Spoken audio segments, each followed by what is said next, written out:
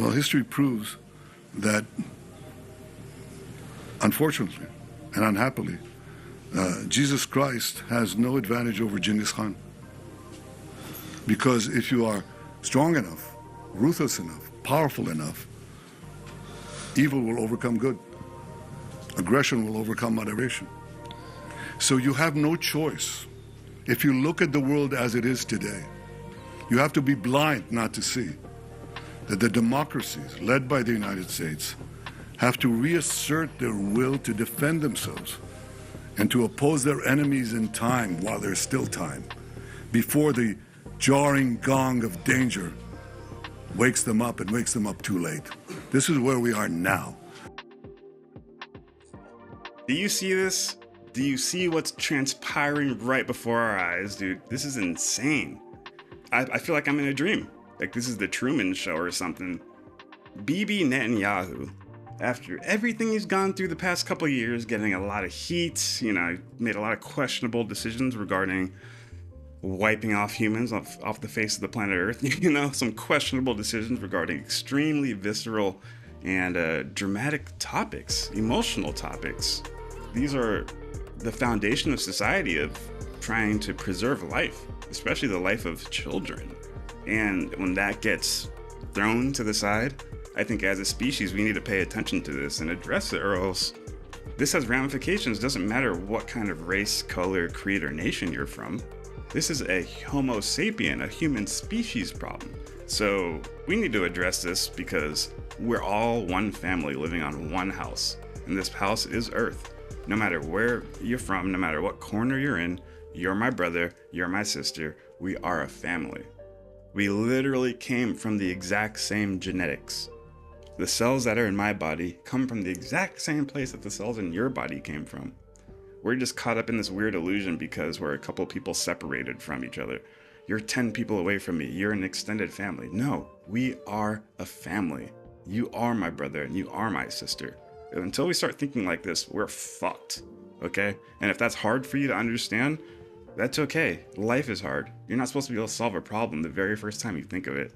But does that mean give up? No. So I'm telling you, you need to start thinking like that. You are my brother. You are my sister. And like I said, if there's a hard, how does that make sense, Deadrick? That means you need to figure it out. You don't give up of that labyrinth of thought forms that you must go through. That's life. You have to figure it out. So we are a family. And the fact that somebody who has such a strong position of authority on planet Earth, the leader of Israel, Benjamin Netanyahu's over here saying that Genghis Khan has a advantage over Jesus Christ. This is so weird that he's floating this narrative, floating this topic, literally while last week, 2 weeks ago, they're talking about bringing the end times in so that the Messiah can come back, crashing the planet so hard through war, chaos, and famine that the ETs or Jesus comes back or the Messiah comes back. 2 weeks ago, my head was spinning, and now it's only 2 weeks later, and then he's saying this kind of stuff. Putting all the pieces of the puzzle together, putting all the data points on this whiteboard and looking at it in total. Unless you're brainless, you have to be like, okay, there's something going on here. There is a pattern. My pattern recognition is going off. So I hope you guys are also understanding this. Don't let it ruin your lives. Like, keep working, keep doing what you need to do, keep your shit together. But recognize that something's popping in 2026. And I don't want you guys to get caught by surprise, That's why we have Planetary HQ. That's why we're here to inform you. So welcome to the channel. Got a lot of great stuff coming up. Got a lot of hot topics in the news. I just had to get that off my chest. And we're going to dive deeper into the fine, gritty details of exactly why that man is saying those specific words. I'm not here to just give you an emotional response like every other channel on YouTube does. I'm going to break down exactly what he says to a level of interstellar academia that even the Melchizedeks would be proud of. Welcome to Planetary HQ, people. The planetary headquarters for all of your celestial information. I'm Debake the Wise, Debake the Wise on Instagram, Deadrick Baker, joined by my brother in the flesh, Taylorverse, and I'm pointing to him right here because he's literally in front of me now. We got the studio together, and you can see my brother from another, young blood, little bro, I don't mean to be disrespectful about that because, little people say that like condescending, but no, it's a little bro right there. That's Chris. Yeah, man, you good, bro. He just joined the squad. He is the newest freshman on the team, and we're stoked to have Yes, him. So sir. he's What's not going on? as fucking super deep versed in this shit as we are, but he recognizes the truth that's that's underneath that core, and it would be interesting to witness his journey.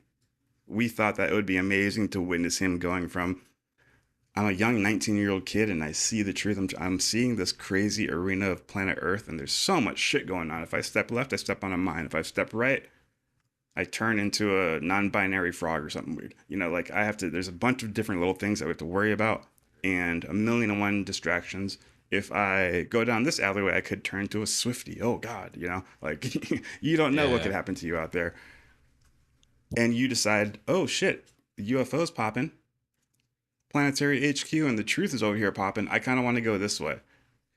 And I think you are like a signal flag for the rest of the world, especially people in your generation. Like, hey, there's something this way. We don't have to go that way. So I'm eager to watch your journey. Kind of took you under the wing and was like, hey, dog, come this way and fucking, we're going to pop this shit off. And for the viewers, I'm hoping that you guys can kind of resonate with him because you might be in the same boat. You don't know exactly to the depth of what we're talking about, but through hard work, listening, and having fun with it, you too can also be, shining that cosmic light in this sea of darkness. So open the floor up. Sorry, I'm over here talking my ass off. Amen. Put the choir behind that. Yes, sir. Keys of Enoch mantras. Yeah, no, it's good to be here in the flesh, spending some time in person, setting up a real studio here in the spot, in the crib. And you're going to see a lot more sort of variation here on the content. We're pushing forward every day.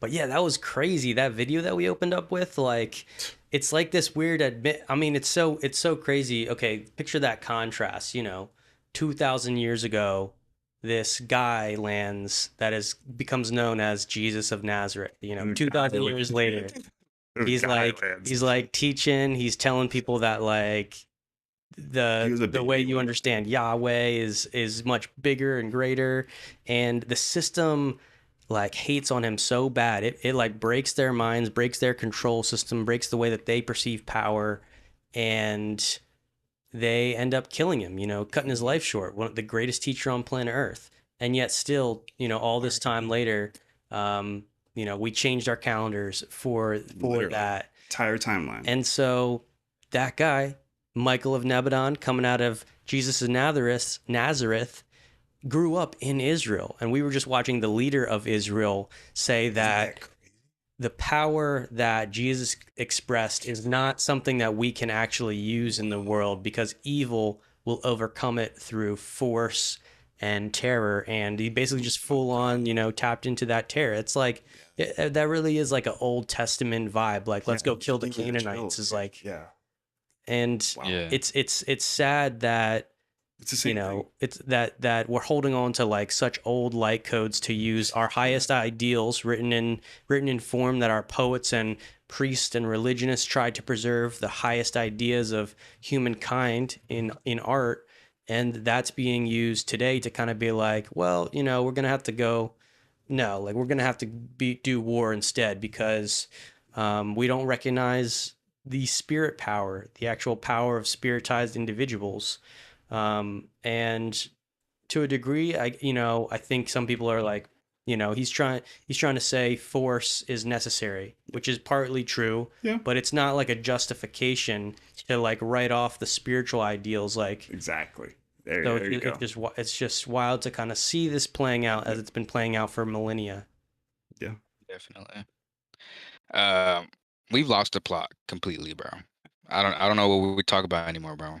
I don't know what this guy is going on. Like, he just dissed the homie, bro. He just dissed the big G. No, dude. Talking about How you gonna just the because big this, homie, dude? like, That's crazy. that's what I'm saying. It's crazy how like confident he is, or like just how like he thinks he's so justified in what he's talking about, and saying that the evil will overcome the good. Like, it just doesn't make any sense. Like, no, bro, that's a flat out lie. That's not possible. it's never happened. It never will happen. And yeah, I just lost the plot. Exactly. It I don't cannot know, happen, Genghis dude. Khan and it's just crazy, bro. It can't fucking happen, straight up. And that's what gets me pumped up, and that's what should get everybody else pumped up listening to this. Is it can't happen. We're already on the winning team, so you know that dunk is coming. You know that final Hail Mary touchdown is coming. How do you want to be part of it? Do you want to do it sick, or do you want to make it look like a loser robot NPC dunk, or do you want it under the legs dope ass dunk? Like, you know the play, so how are we gonna make it happen? Oof, good connection, Taylor, right there. Like, it's weird that the place where Jesus was, now the leader of it, is over here making commentary Conflict. Yeah, it's like, on him. And it's kind of scary to think about that. It's really just the new modern Pharisees and Sadducees. They're talking crap. Back then, they were talking crap on Jesus. They were trying to get the people to be like, he's not really anything special. He might be trying a to prophet. keep the Jews separate from the Yeah, Gentiles. exactly. Like very. Yes. Compartmentalization. And then today, he does it again. But in modern terminology, like, Jesus is at a disadvantage.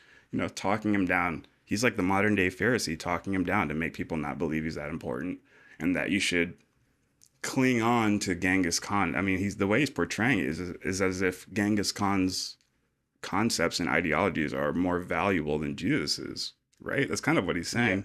Yeah. And he's leaning into the fact that we need to be like Genghis Khan because Jesus doesn't win. And he's okay saying that because if you're a Jew, you don't believe Jesus was anything special.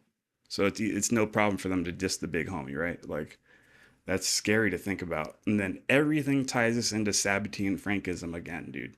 It always is. Like, we've been talking about on the channel for a while. I talk about it a lot, and it's a word that not many people have ever heard in their entire life.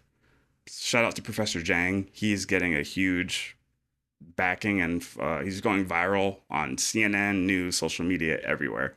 We'll put the link in the description or link in the channel at some point. But he's going crazy. He has a channel called Predictive History. And if you didn't really pay attention to history class at all, he gives you such a full rundown that you watch 2-3 of his videos and you will be able to have a conversation over dinner about deep Roman historical migrations in politics. So I highly recommend watching his channel so you can get a basic understanding of how the world works today. But he brought up Sabatian Frankism. He's famous because he predicted the Iran war that's happening right now to the T. He predicted it. So everybody's watching him. Like I said, he's going on CNN and everything else. While he's on stage, he drops Sabatian Frankism. And my friend Taylor, he texts the chat, Sabatian Frankism, look at it. And I'm like, yes, finally, somebody's talking about it. And now it's starting to get a lot more attention. But I've been talking about Sabatian Frankism for a minute because I was taught that it was the true left-hand path. Everybody knows the right-hand path and the left-hand path. One is to help the entire planet evolve to a certain stage. The other is to they justify it by becoming an obstacle for other people because they believe that you only get stronger if you have obstacles put in front of you. Right? If you have a life of ease, you're not going to become that resilient. So they think that if they embrace becoming the obstacle, they're helping you out. So if I make life harder for you, I'm helping you because I'm making you stronger. It's a disgusting way to think. And that's like left-hand path, Luciferianism, Satanism type of thinking. So Sabatian Frankism would be the ultimate left-hand path. It would be how to make the Messiah come is by pulling the fire alarm on planet Earth. And I shout out to Chris for coining that. He was the first person to say it when we were working at one time. But yeah, pretty much pull the fire alarm. I do have a little model up. Should I share my screen for this? Or yeah, that's cool. No. Okay. Yeah, you'll need to. Let's see if I can find this. 1 second, guys. You guys want to hold the chat down for a second? Yeah, and this is Sabatian Frankism. We're going through, our intro here to kind of catch you all up to speed on current events. But we're going to be diving into some afterlife secrets after this. We're going to continue reading about why all the time that you spend here, all the things that you're learning, do you take that with you in the next life? And where are you going to wake up? Somewhere in the stars or somewhere here on the astral plane? Are you going to wake up in your own custom heaven, or is there an objective heaven, right? We're gonna discover the the thought you template. said I thought you said summer in the stars, and I was like, ooh, that's Summer I thought in you the said somewhere in the Star- stars.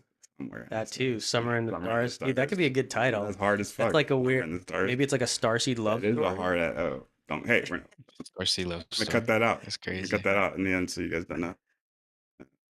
Because you're right. It's like taking summer, but that's an Earth concept, and Yeah. one exists elsewhere. But Yeah. you go Or to it's the like stars, it's yeah. like in a movie where instead of like all the classic films where like aliens just come down and everyone's like, whoa, whoa, whoa. It's like they get invited to go on a tour in the And then cosmos they with have the to aliens. Then they gotta come back. And then Summer dude, in the that's hard stars. right there. $1 million fucking ideas right here. He's channeling. You got that image from where? Where'd that image come from? Can you explain to me how that came about right there?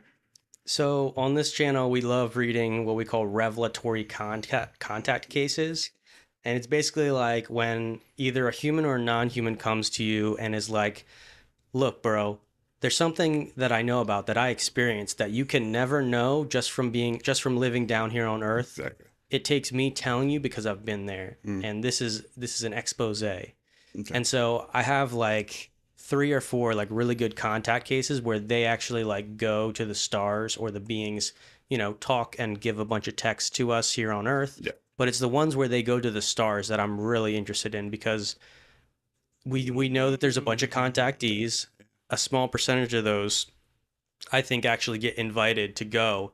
And an even smaller percentage actually write about that because it's so Damn. profound. And so you have all these celestial contacts categorized of importance, and you place high importance on ones that they get to go in the craft and go. Yeah. That's awesome. Okay, keep going. What were you saying? Or is that it? That was kind of that was it. That was the light picture, mostly because of the context of the things that I've studied, and I'm like, wow, what if we can encapsulate that side into a movie? Because I feel like it hasn't really been done yet in the alien movie kind of world. Okay. There's never been like a That exact plot you were talking about. we kind of like we become the visitors on an alien world. Like they invite us, and it's a movie showing like that Yeah. introduction to the Galactic Federation. So, okay, I guess my question was more aimed at, you answered it, but I was also asking when it happened to you right now in real time and you saw the light image dump into your mind. Can you explain to me, like, where do you think that came from? How did it come to be? Like, what is that spontaneous generation of just boom? Like, I know we were talking about it a little bit before, but do you feel like a channel gets opened and something dumps it in? Or do you think it's just like your subconscious thinking, like, what is that? What is that? Is what I'm trying to say. I don't know. Yeah, no, I guess there's different. I classify, some different channels the way information comes in, but also information gets remixed. So in a sense, like some of what I explained, because some of it's from books, when we're talking about Summer in the Stars, a little bit of it is a remix of concepts I got in my head. Okay. But then also, we talk a lot about the holographic image, mind matrix, which includes receiving pictures from, the inner higher self, the thought adjuster, the seraphim, Sanabim, cherubim, all the different celestial beings that are kind of here on the planet. So yeah, I think my idea was mostly like a remix, but Okay. Cosmic Remix. yeah. Do you remember Tropical Sprite Remix? Do you remember that? No. Fuck, it was good, man. They need to bring that shit back. Way before your time, Chris. You missed out, bro. Yeah, I think I've seen it once. It's like orange, no? When you have like orange and green, like a weird orange green like gradient. Yeah. Yeah, I never got to taste that. Yeah. Damn, bro. It's all right. We'll bring Now it I got back. like, yeah, or like Pepsi Clear. I know that was. I a big remember thing. yeah, I mean, it was people talk about it so much, but I don't remember it being anything that big. All right, people, sorry. Yeah. You got something? You're sharing something still? Yeah, I'm still sharing something. Yeah, I got track right there. But but to finish off what we were talking about before, like you said, like this mental image that pops into your mind, it's almost like this interface. We have like a computer interface or interface with the cosmos. And we were talking about the other day, like subtle frequencies. It's called subtle because it's hard to distinguish. If you have like a really subtle frequency and there's a lot of background noise, it's easy to lose that signal, right? Now, you need an extremely precise instrument in order to pick up subtle frequencies. So like say there is light images that are getting broadcasted of like love, or like a light hologram that's getting projected through the cosmos So, okay, let me rewind it. The entire cosmos is like a data bank of images. Every time you think a thought or have an experience, like right now, whatever I'm doing, it's getting recorded in Earth's magnetic field and as a holographic image. So you can go back and press play and play this image perfectly in 3-dimensional time and look at it from top, bottom, left, right, whatever. It's getting saved in Earth's magnetic field. Every thought I think also gets registered and saved in Earth's magnetic field, and it can be uh, accessed. It can be recalled at a later time, whenever the angels or the seraphim want it. That's how the higher angelic beings transfer information, through like magnetohydrodynamic star channels, but we're not going to go through that. It's just long gravity circuits that attach celestial bodies in far distances. Some people could refer it to spooky action at a distance, quantum entanglement, but that's a different conversation. So there is an entire holographic light library. I like to call it the treasury of light, but I pause because I don't want to use that terminology, so I have to revert it and try to translate this into terms that regular, normal, average-minded people can understand. People who don't read the stuff on today. So, like, if I just go, you can access the treasury of light using your internal mind circuitry, you're gonna be like, what the fuck does that mean? So I have to build these pictures of light, saying there is a light index hologram, a holographic library in the stars. That's billions upon billions of years old, dude. And every person who's ever experienced a life that goes into that repository. And so say like even the smallest tiny thing, like I drop something and it's behind something and I can't get it, right? That instance has probably been had by someone on a different planet or on this planet elsewhere, right? Something similar to that nature. And the answer is floating around in time and space. So the answer for the problem you're looking for is floating there. It's just subtly in some part in the cosmic light hologram index, right? Yeah. That in order to access the solution to that problem, it takes desire and it takes your mind, body, spirit levels. Einstein talked about this.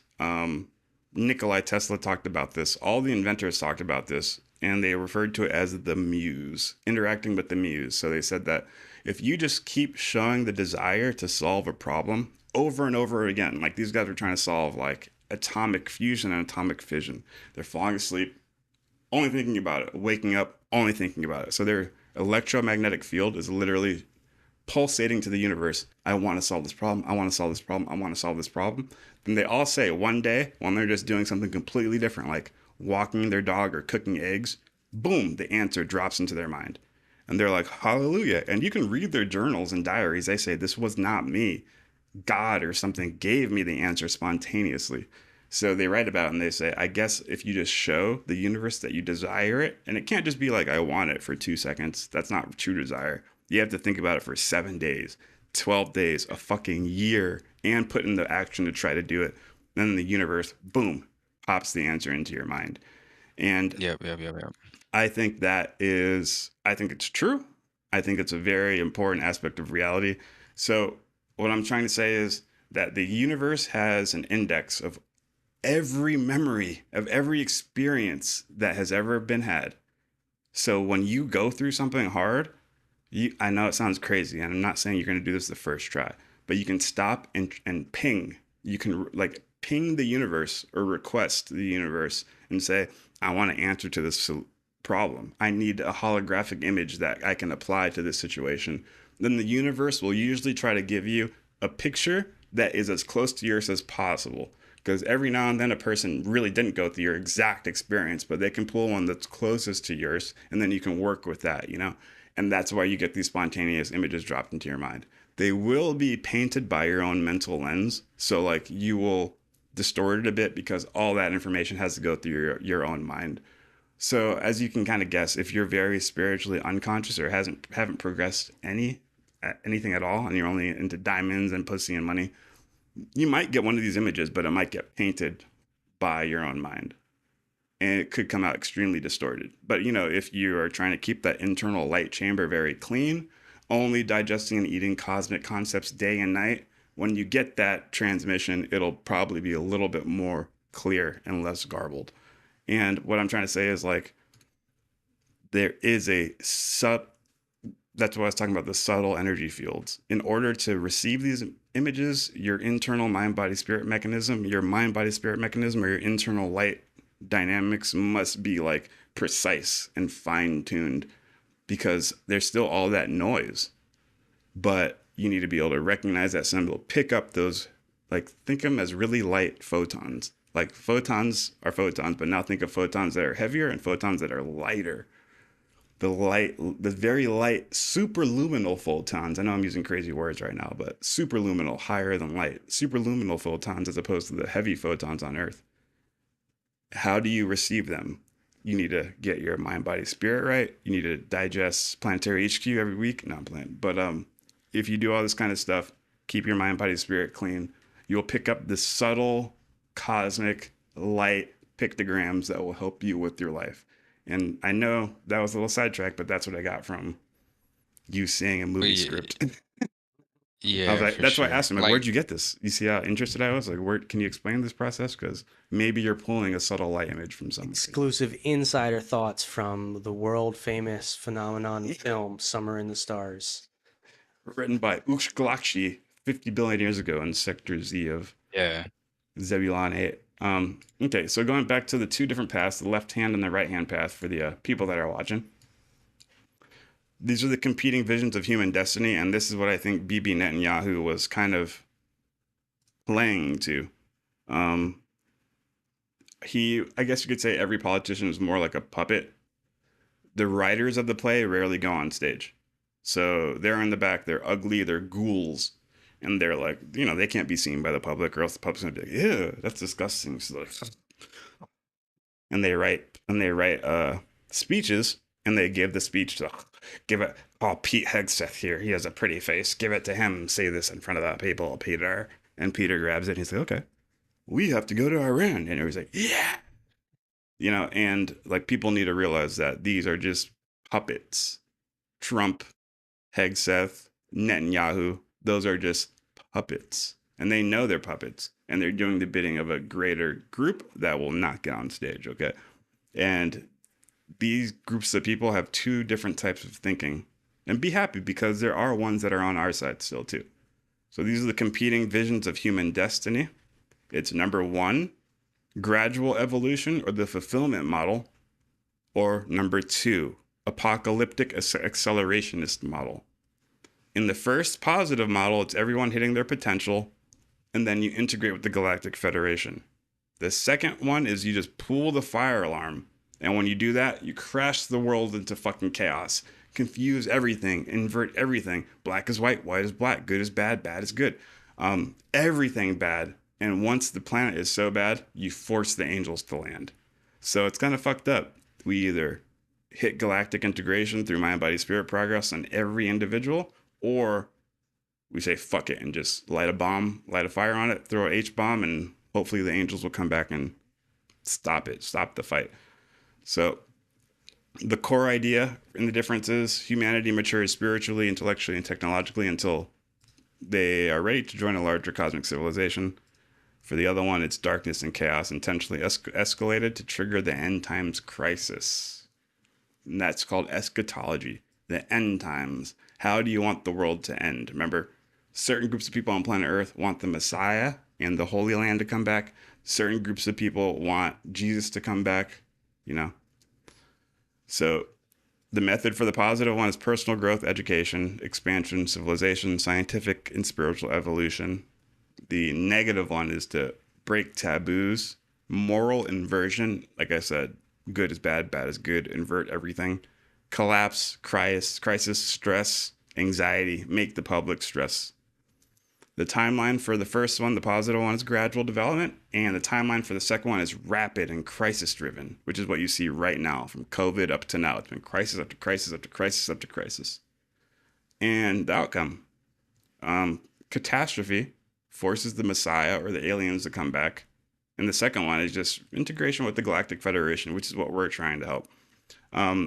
Remember that the elites and the Sabatian Frankists believe in order for the Messiah to come, you need to have the world in chaos. So that's why you see these evil demonic imagery in Hollywood movies and music videos, and you see moral corruption through like OnlyFans, TikTok, all this negative moral corruption. Fuck that fool. Only do it to get the bag. Who cares? Get your money. That those kind of game shows that pit people against each other, that kind of shit. Those people who create those networks, they have underground fucking bases that are 9 miles underground. I could be exact. I think it might be 3 miles underground. 18-story buildings, and they can fit 20 of them in a complex that's underground, and they have multiple of these. I think over 25 to 50 of these. They're top secret. They're called COG buildings, continuancy of government. Just in case we get nuked and the government and America gets wiped off the planet Earth, they need continuancy of government. So they put all the politicians under the ground. Once the nukes go off and everybody's fucking scorched skeletons on the top, they wait a couple months and then they get to come back out and keep running shit when there's going to be nobody there. I don't know. They'll be in charge of all the rats and the cockroaches, I guess. But so these people can survive this. So I just want you guys to understand why Bibi Netanyahu's making these statements.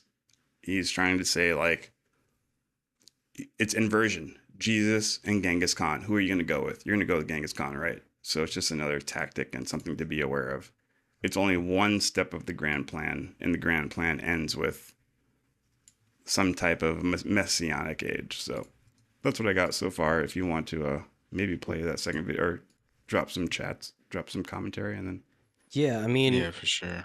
And again, I think what all the warmongers or politicians kind of get trapped in is, you could say, the lack of a magical life, which includes that synchronicity and like what miraculous things that is like, oh my God, I manifested this, when we're in reality, it's because like there's all these different NHI kind of like helping you out, throwing you opportunities, because you're looking to the cosmos for the thought forms. Exactly. And so again, that's not the state that we're born into, which is, but when you live like that and you start to realize the power of the human spirit. And at that point, that's when you start realizing like, oh shit, like this is what Jesus got like the disciples on. This is why 12 dudes like camped with him and traveled while they built like this whole new teaching system.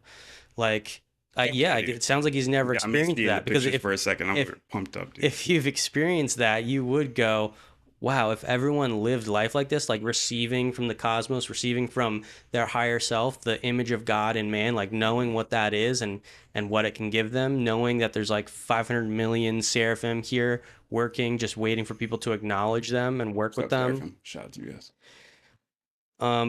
Like once you're there, that's when you start to realize like, oh, like the good does actually have the power. It's just that the thing is that, I guess here's the difference. All the greatest power that the good has is the potential within them that they don't fully understand yet. And they haven't activated it. But the inversion is that the potential of the bad is that the only potential they have to activate is the lowest form of power, which is power over other humans instead of power over yourself.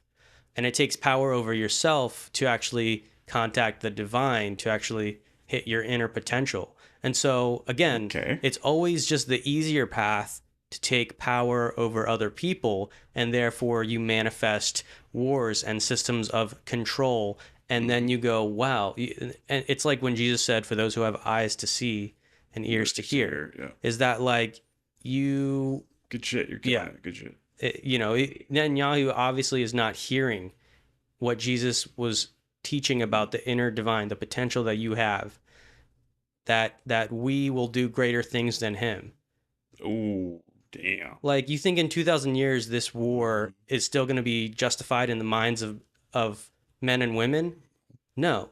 2,000 years later, Jesus was more than just justified. People agreed with him way more than back first time. Drop that mic. So we're talking about like what will stand the test of time. Take that, BB. It's not the war ideals of power over other people that the current leader of Israel is temporary. Kind of pitching. Those aren't eternal. That's what I got. But yeah, Chris, you got something? Yeah, for sure. The way you guys are talking, like to like the regular viewer, if you guys aren't like tapped in like they are, like I am the same as you. Like they talk about this stuff, and I'm like, okay, like what that even mean for real. But what I got from what you guys said was like, so like you talk about like how the images just came into my head or come into your mind or whatever. So what I got when you were talking about the versions and stuff, about like good and evil, I was imagining like you're in a dark space and you got a flashlight Flashlight? and Hell yeah, dude. yeah, you got a Oh, flashlight, not no flashlight. flashlight, So I'm not no straight. I'm flashlight. cool. So dark room, flashlight, and Boo. you have two objects, right? You have two objects, and you flash the flashlight on both objects. One of them seems bigger than the other one, but you're in a dark room. You don't even know how big this room is. So what I got from what you were saying, was the second version was like okay, so like let's say you're in the room and you think one of these objects is bad and it causes harm to you. You flash the light on it and it looks kind of big, but you don't know how big it is because you're in a dark room. My You flash ex-girlfriend. the light, you flash the light on the thing you think is good. It looks small. You're like, oh fuck, it I just can't got I save just got out of the pool, baby. exactly. Oh fuck, it's small. You know. So what I'm trying to say is like Sorry. your mind is powerful enough to make you think that the object that is small is just definitely small. You don't even know if it's small because you don't even have enough knowledge or you don't have enough light to shine on the good object in a sense. So you're in a dark room, your mind is playing tricks on you. You think this evil object is big and strong when in reality it's not. And the thing that could save you is in the room with you, but you're just not able to flash the light on it. You're not able to find it because your mind is already scared. You're doing the job already for the I don't even know if I'm making Yeah, sense and you're anymore, using you're honestly. using the external light instead of the internal light. Yeah. Yeah, type of thing, type of thing. You're just lost in a dark ass room Good connection. Right? and somebody's telling you, "Yeah, you're about to die. You're about to die." And you're like, "Oh fuck, I'm about to die. There's nothing I can do." When in reality, all you have to do is turn on the light, And type of death thing. ain't real. Amen. Straight up. Yeah. It's a good transition Yeah. right there. Is death ain't real. You're right. Death ain't real. And that's what we're going to be talking about today, guys. I know we're kind of just highlighting the current events. We do this in the first 20, 30 minutes of every episode. And then we start deciphering the scrolls. We're picking up from episode 1. So when you die, you become an alien. When you die, you wake up on the left star of Orion's belt. And you're going to keep going. You're going to keep winning. You're going to keep fucking handling biz.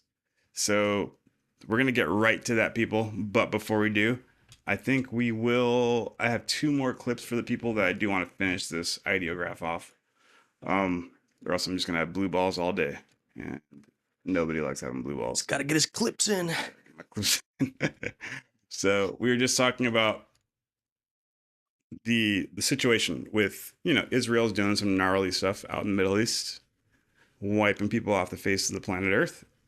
And you know that Palestine, before this entire war happened, they were the youngest population on Earth. Over 50% of their people were below the age of like 25. Very young population. Wow. They still decided to do this. So every time they drop a bomb, that's why everybody was saying there's so many dead kids in this war because of that. That was the reason. And it's fucking gruesome. So it shows you what a distorted, I guess, old light codes or a false alien ideology can do. Because that's what they're doing. They're believing a false testimony from a false ET. Not even a false ET, but you know what I'm saying. I'm calling a false ET just a non-real one because of the teachings.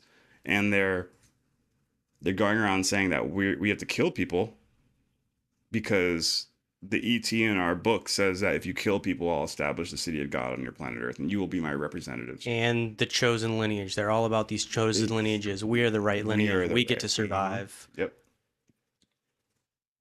And that's the covenant that God made to him initially, in which we go on to say that wasn't with God directly. That was actually with an ET named Machiaventus Melchizedek, who was a benevolent celestial. And unfortunately, people use his teachings to manipulate other people to get power, So this is what's called Zionism. They believe that the Messiah will come back if a temple is rebuilt. So there's certain stipulations in the Old Testament that say, if we check these 3 boxes, the Messiah will come back. And part of that is building the Temple of Solomon, rebuilding the 3rd temple. They think they are fully justified in this. Remember, from their point of view, they think Gentiles or goys versus believers and non-believers. Throughout the entire Old Testament, remember, Gentiles, Jews and Gentiles, can we convert them? These Gentiles were holy because they converted and nobody gave us any problems, you know. It was a big deal for conversion. The word Hellenized or Hellenistic period, if you wonder what that means, it means Greco-Roman people who had the Roman culture, but they were converted to Judaism. So they had the Greco-Roman philosophy of Plato and all those great Greek philosophers, but they mixed it with Jewish tradition, and that's where Hellenized philosophy came from. And modern Christianity would be a form of Hellenicism, Jewish philosophy mixed with Greco-Roman philosophy. Now that we understand that, we can see that the Jews or the Hebrews who subscribe to the Talmud, they believe that there's a certain prerequisite to bring the Messiah back. And then there's also a subsect of that, or its own sect of Christian Zionism, which is actually called millennial dispensationalism. And they believe that Jesus will come back to earth when Armageddon starts, I guess, when there's a holy war in the Holy Land. And they have an Antichrist popped up. Oh, it's another funny angle. An Antichrist has a pop up, and then the Messiah will come. The funny thing is, so we know Judaism, Islam, and Christianity are all Semitic religions. They're all come from the Middle East, and they're all from the patriarch Abraham. But they have differences of points of views. So from a Christian point of view, if you're a Christian and you subscribe to the Bible, they say the Antichrist is of the Jewish faith. So once the Jewish leader rises up, all the Christians should think that's the Antichrist. I think same thing with Islam. The Muslims think that Antichrist will be a Jew. And the Muslims actually think it's in the Quran. It says only Jesus can defeat the Antichrist. So even the Muslims think that Jesus will come back in order to defeat the Antichrist. So I know it's hard to swallow, but the Muslim Quran ideology is more in line with Christian Zionism than is the Israeli Christian Zionism. So just keep that in the back of your mind. The Hebrews, the Israelis, Zionists, they want to create the 3rd temple so the Messiah will come back, and it says the Jews will be in charge of the entire planet and all other Gentiles will be like secondary, you know? We're going to have to pay homage to them because they're the leaders. Christians, they think it's different. They think Jesus will come back and he'll bring in the age of Jesus. Okay. Jews don't care about, I keep saying Jews, and that's not correct. Zionists who happen to be Jewish, they don't care about anything. They only care about making this prophecy happen because they want God to come. So like all of our stupid little thoughts, we're NPCs to them. They're like, these guys are fucking idiots. Whatever they think about oil and all this shit, it doesn't matter. Once we get Messiah back, we're going to be in charge of all the resources. We'll be in charge of the oil. We'll be in charge of the computer chips. So that's how they're thinking. That's why they don't give a fuck. And also, just so you know, in the Israeli ideology, it says in the end times, when the Messiah is coming back, they say this: all of the world is going to hate you. All of the world is going to despise you. So there is an ideology that says act in a way that will make them hate you and you're going to get close. So that's why they openly say like, baked into the philosophy of a sort of martyrdom, or like, look, it's kind of like when Christians like expect hate and they use that to like say crazy stuff that they know is going to like offend people. Like Jesus never acted like that. He knows that everyone has their own like opinions and is operating different, but he's not like coming in and just like always calling you out nonstop. The things he called out was like the religious leaders who were like teaching religious things like with their distortions added. But yeah, it's like this. We like to get hated because it kind of sets us apart. It makes the group feel tighter together because they're getting hated together in a sense. They do that on purpose. Right. But in a sense, this whole idea of like, I'm going to be a martyr for my God is like, is a very distorted concept that goes back to the idea of like animal sacrifice, that like somehow you can appease the gods with a sacrifice of your best animal. Or Abraham thought he should sacrifice his firstborn kid. And that ideology of like sacrificing our lives for our God, even if it's in something like a war, is still like baked into these different old light codes. Old light codes for sure. It's baked into the old light codes, man. Easy bake oven type shit. So I got another video up to kind of paint some more context for it. So this is Benjamin Netanyahu meeting with the leader of the Shabbat. So Israel has like an official state religion institution, and it's called the Shabbat Lubavitch. The Shabbat Lubavitch, okay? And then down at the bottom, you see it says the Lubavitcher Rebbe. I think that's like the Hebrew for the Lubavitch rabbi. So this is Netanyahu getting blessed by the rabbi. And if you pay attention, you know, he is the leader. He's the leader of the military and the military intelligence. And he meets with the Chabad, and they say, hey, do what you need to do to make the Messiah come back, pretty much. So let's take a look. A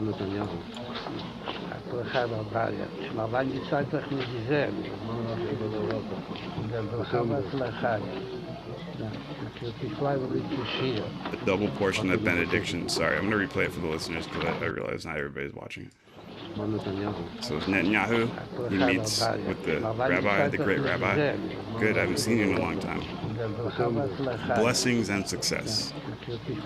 A double portion of benediction. I came to ask your blessing and help. So that's what he asked the rabbi in everything. In all areas, both personal and political. Since we last met, many things have progressed. And he goes, yes, many things have progressed. Then the rabbi goes, but what hasn't changed is that the Messiah still hasn't come. So do something to hasten his coming. And then he goes, okay, we're doing. And then the rabbi goes, apparently it's not enough. Since many hours have already passed today and he's still not here. But there are still a few hours left in the day. So try still for today. See, dude, this is good tidings. This is literally the head rabbi of the Jewish institution. Oh, well, so that's where Hasidic comes from, the Chabad, Hasidic. I just realized that. Okay. So is this a Hasidic Jew? Yeah, I mean, he's the leader of the Chabad. Okay. So, yeah. So he's literally telling him, Netanyahu, the leader of the military, prime minister, and the intelligence, saying, hey, the Messiah ain't here. What are you doing? Can you force his coming? Very fucking weird. That's crazy how motivated they are. Exactly. Like, it's just like, try today. Like, get him here. You hear that? We still have hours in the day. Get him here after lunch, bro. Yeah, right? I mean, get him here like, I don't care. Blow up the kids after lunch. You know what I'm saying? And they're like, any means necessary. They don't care. Once the world ends, that's when they'll be like, yeah, it was worth killing those kids. I know. That's how they think, dude. And that's just sad, dude. That's just crazy. Like you said before the stream, the most beautiful thing on earth is the human mind, but the most nastiest, just grotesque thing on earth is a human mind at the same time. Yes. Like, life is just a fucking paradox. Everything is inside of everything. We're just on the other end of the moral spectrum. Yeah. And they're on the fucking complete opposite end. They're just like deep in fucking horseshit. Chaos, yeah. Like, bro. But it is beautiful how God left that spectrum open for the entire cosmos at all times. Like, it's insane that he did that. That made it a reality. But but fuck the people who decide to stay in the shit end of the spectrum. All right, so That's now here's another clip. So I'm not gonna play the clip because it's a little bit too much for our channel, but everybody knows about it. There's right when the Palestine Israel thing in Gaza popped off, there was a video going around where I think the IDF, the Israeli Defense Force, they captured one of the Hezbollah, their leaders. I think it's Hezbollah. Yeah, one of the leaders of the Palestinian military. We call them terrorists. I will probably refer to them as terrorists because they do a lot of terrorist activities. I'm not trying to say that they're good guys, okay? But I don't think anybody deserves to get gang raped, no matter how bad you are. You know, just kill me at that point, or just don't do it. In the beginning of it, they captured the terrorist leader, the leader of the Hamas, not Hezbollah. Sorry, not Hezbollah is Syria, Hamas is Palestine. So Hamas. They captured one of the Hamas leaders, and there's video of it, and they all like they know the camera's there, so they put themselves in a circle around it. I'm pretty sure you see like 2 or 3 guys actually drop their pants and put it in his butt, and then they stop and they get a broomstick and they start fucking like forcefully holding him down and ramming in and out of his butt, and it's disgusting. And they do it for like 30 minutes, and I guess he had like internal organ damage and shit, and they had to like put him in medical treatment, you know. I have other videos saved. I'm not going to pull them. There's a lot of videos of IDF, and there's news cameras, and they turn to the news camera in uniform, and they're like, fuck those Arab dogs, da-da-da-da, we're going to fuck them in the ass with broomsticks. They're subhumans, they're inferior. And the reporter will be like, hey, you can't talk to that about humans. And they get even more pissed. They usually say, like, they killed my family, they killed my grandma, they killed my kids. So you understand how mad they get. So this is like a serious fight. And they're like, they don't give a fuck. They think we're stupid because we don't understand that they're killing their family. So that's why they're even more like animalistic, like, fuck these people.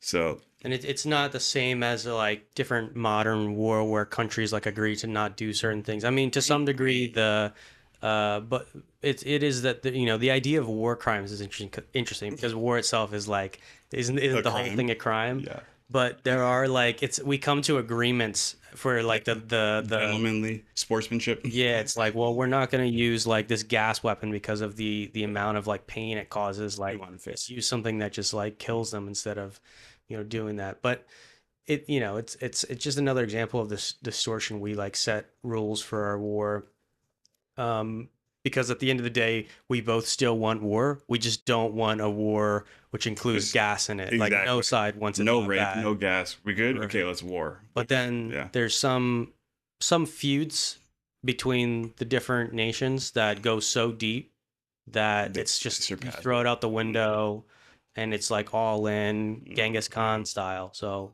Gangnam style, Genghis Khan style. Sorry. That's not funny. I shouldn't be laughing at those concepts. Whatever. Okay, so now that we understand that, and we know that, I'm pretty sure that Bibi Netanyahu has been co-opted, whether he's conscious of it or not, by the Sabatian Frankists in order to crash the planet to get the aliens to come. In his mind, I think he's doing it for Zionism, to bring the Messiah back. To bring the Messiah back. But the Sabatian Frankists, and like I said, even the Zionists, in the end times in the Talmud, they said, we will be hated by the world. The world will hate you and persecute you because you are the chosen people. So they want to be looked at as dogs. So they kind of lean into it. Like, you Jewish, how are you killing children? And they're like, and they're not even thinking of you as a human. They're thinking of you as an NPC because they're making the end times happen. And you're just kind of in front of them. They're like, look at, you're an idiot. So this is how I just explained that entire gang rape with the broom. And this is from the actual court case. And the guy that's talking, he is, I think, one of the commanders for that unit. I think he was in charge of that unit. So let's see his response. Let me say it for the people. This is insanity. Someone in the prosecutor's office thinks it's possible to arrest soldiers for the things they do in Nukba, for the things they do to the Hamas elite. So they're justifying it because these are the Hamas elite soldiers. For the things they do to Nukba. So I'm guessing Nukba in the Israeli, if you live there, if you heard Nukba, they're probably in charge of like, they raped a bunch of kids. They did a bunch of bad things, So in their mind, they're getting revenge to a unit who is completely evil. I'm just trying to get people to understand how people can get to the point of committing atrocities.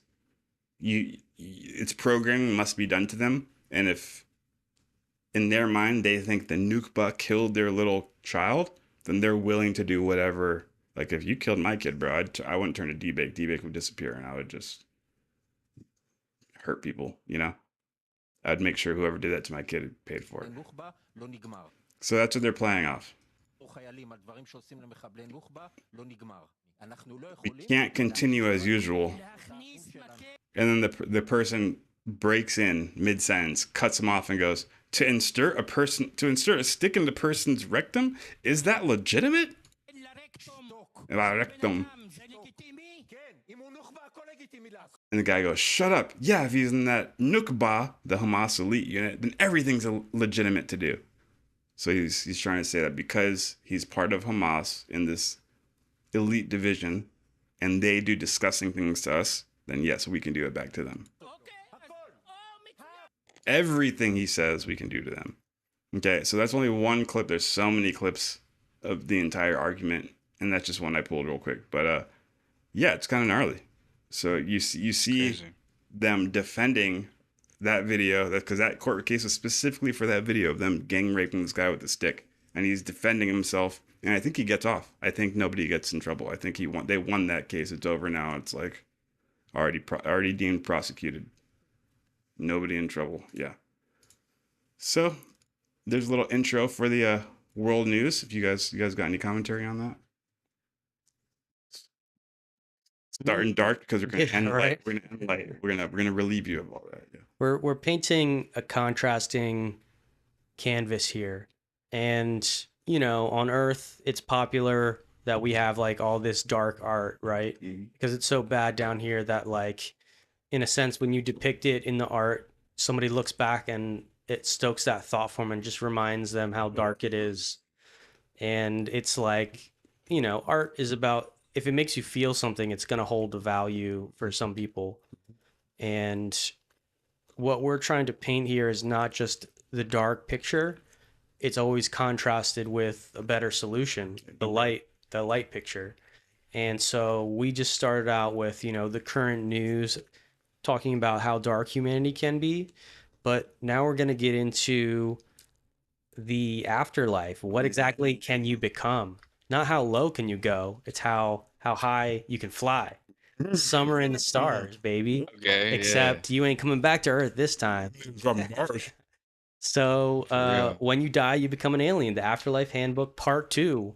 Welcome to the show, everybody. This is Planetary HQ. Let's go. Your home for all the celestial broadcasts. And we about to get it today, son. So put on your esoteric reading glasses because You're a wizard, Harry. there's a little rumor going around that one of the earliest contact cases in the UFO community happened around 1913 to 1934. And People say 1911 if you're getting risky. ooh, hot stuff. Hot chaff. You're about to Hot say hot chaff. Yeah, so this crazy contact event where this guy's like he's in his sleep, he's talking in his sleep. His wife is like, "What are you saying?" She wakes him up, and he's like, "Huh? What?" He doesn't remember anything, but he's saying cohesive things in his sleep, and his wife's like, "He ain't that smart. Something's wrong." So she hits up a sleep doctor, a psychologist named Dr. Sadler, and this fool has been bopping around Chicago. He's like a well-respected scholar. There's also the spiritualist movement is like super big. People be doing seances and table tipping, and he's like, because this is a big cultural movement, like everyone's investigating. There's no taboo yet, right? It's not new age QE. It's not new age like woo. It's an entirely new paradigm, and everyone's like, whoa, this might be real. The materialist paradigm is not like counting this off yet. It's like this new hot thing, like, oh shit, we can talk to spirits through the Ouija board. It's like, let's do it on Sunday, bro. Yep. This is like everyone's like, this is like the new TikTok. And that's why all the rich, like aristocratic, wealthy people were doing it. It wasn't a taboo back then. It wasn't a taboo. It was hot on the scene. And it's such an interesting moment. Like, that would have been kind of fun to be there, to be honest. See, that's why Harry Houdini popped up. Remember, his entire thing was trying to plan on that. He was trying to dispose them, tell everybody that they're wrong. They're playing you for their snake oil salesman. He's like, look, I'm doing like magic tricks, but everything has a solution. All these tricks are like actual like feats, escapes. Yeah. And it's weird. It's like he did that in Chicago. Yeah. At the exact same time the Urantia book was around. Spiritualists is popping off, new thought movement. There's a whole set of new ideas flowing through Chicago. Part of the Contact Commission, maybe. Good question. It's hot. But to I never continue, thought of it like that. Yeah, he might have been. yeah, to continue, this little overview here about this contact case that like nobody knows about. Only us on this channel be talking about it. The Urantia contact here in like 1911, 1913. Literally, man. Greatest secret. This psychologist who's also like trying to debunk these different like seances, he's the one that gets called by the lady whose husband is like talking in his sleep. The lady. And so Dr. Sadler, he like gets in there, he's like doing some sessions. They're writing down what he's saying in his sleep. They're like, whoa, this is pretty interesting. And then one night while they're doing one of these sessions, the voice talking through this sleeping guy. Well, one, I think the conversations are already kind of interesting. They're like, wow, this is quite novel. It's weird that he's talking in his sleep and he's making up this fake world, this different explanations of reality. But then one night, the being talking through this guy says, if you knew who you were talking to, how high a being you were communicating with, you would ask some better questions. And they kind of get this like, oh shit moment where they're like, yo, this is bigger. This could be way bigger than we thought. Like, just because we can't see these beings doesn't mean like there's not 20 different aliens that we've already talked to. And they come get correct. That's what I said. Come correct, nigga. Come correct. For real, bro. Even come correct. And so this fool, Dr. Sadler, and his wife, Lena Sadler, they end up getting 100 other of their friends and scholars together to be a part of this forum. These aren't just street niggas. These are fucking went to the fucking college, got their credentials. Yeah. And he gets 100 folks together, and they become what is known as this forum, where they put together questions that they submit and they ask in these sessions with this sleeping guy who's talking, right? And they submit in their questions, and then a narration, will come out. They'll answer the questions, and then they come back with like the transcript. They read it. People ask more questions. They do another session. It kind of like a revising thing. It's like this Q&A going on, which we see in some other contact cases, interestingly enough. Evolve one. But what gets produced from this is, lo and behold, what is called the Urantia book. Urantia papers. Urantia papers, 109. They call it the Urantia book. It's 196 papers. They call it the Urantia papers. Remember, they never say the Urantia book, don't we? Right. Nitpicking now. Yeah, no. In the book, it calls them the Urantia papers. The foundation called it the Urantia book. But at the end of the day, it is the greatest known classification of extraterrestrials known to man, and it happened early on, like before kind of some of the first modern UFO crashes, right? And all the questions before greatness, before all that shit, before that clouded the system. Yep. They get in there before the age of AI, so people don't think it's like fake. And lo and behold, all the questions that people are asking right now about disclosure, meaning like the ontological questions about reality, if aliens are real. Oh my God, this book is literally talking exactly about that. It's only those ontological questions, ancient evolutionary Earth history. And so it's like, wow, was this book like placed in time and space, awaiting the day that we become a celestial civilization, aware of life in the cosmos? I think so. And we think that this is a truly legitimate contact case. So we're pushing forward with it, and that's what we're going to be studying today. Afterlife, baby. Alien Afterlife. My Alien Afterlife. Summer in the Stars. Yes. My Chemical Romance. My Alien Afterlife. Summer on Morantia. Urantia. We're gonna record that and play that back to you in 5 years so you can laugh at yourself. Yeah, no, it's great. Fucking pumped up, man. I'm excited. We do this a lot. We read a paper and then we never finish it. So let's dive into it, baby. When you die, you become an alien. When you die, you wake up with the left star of Orion's belt. Now we're gonna decipher the light codes, the new light codes. We don't gotta sacrifice no goat. Let's figure it out. Let's do this shit. So, number 4, the second mansion world. It is on this sphere that you are more fully inducted into the Mansonia life. The groupings of the Morantia life begin to take form. Working groups and social organizations start to function. Communities take on formal proportions, and the advancing mortals inaugurate new social orders and governmental arrangements. Spirit-fused survivors occupy the mansion worlds in common with the adjuster-fused ascending mortals. Pretty cool. So they give you insight right there. Pretty much there is one university for a sector of, let's say, like 1,000 planets.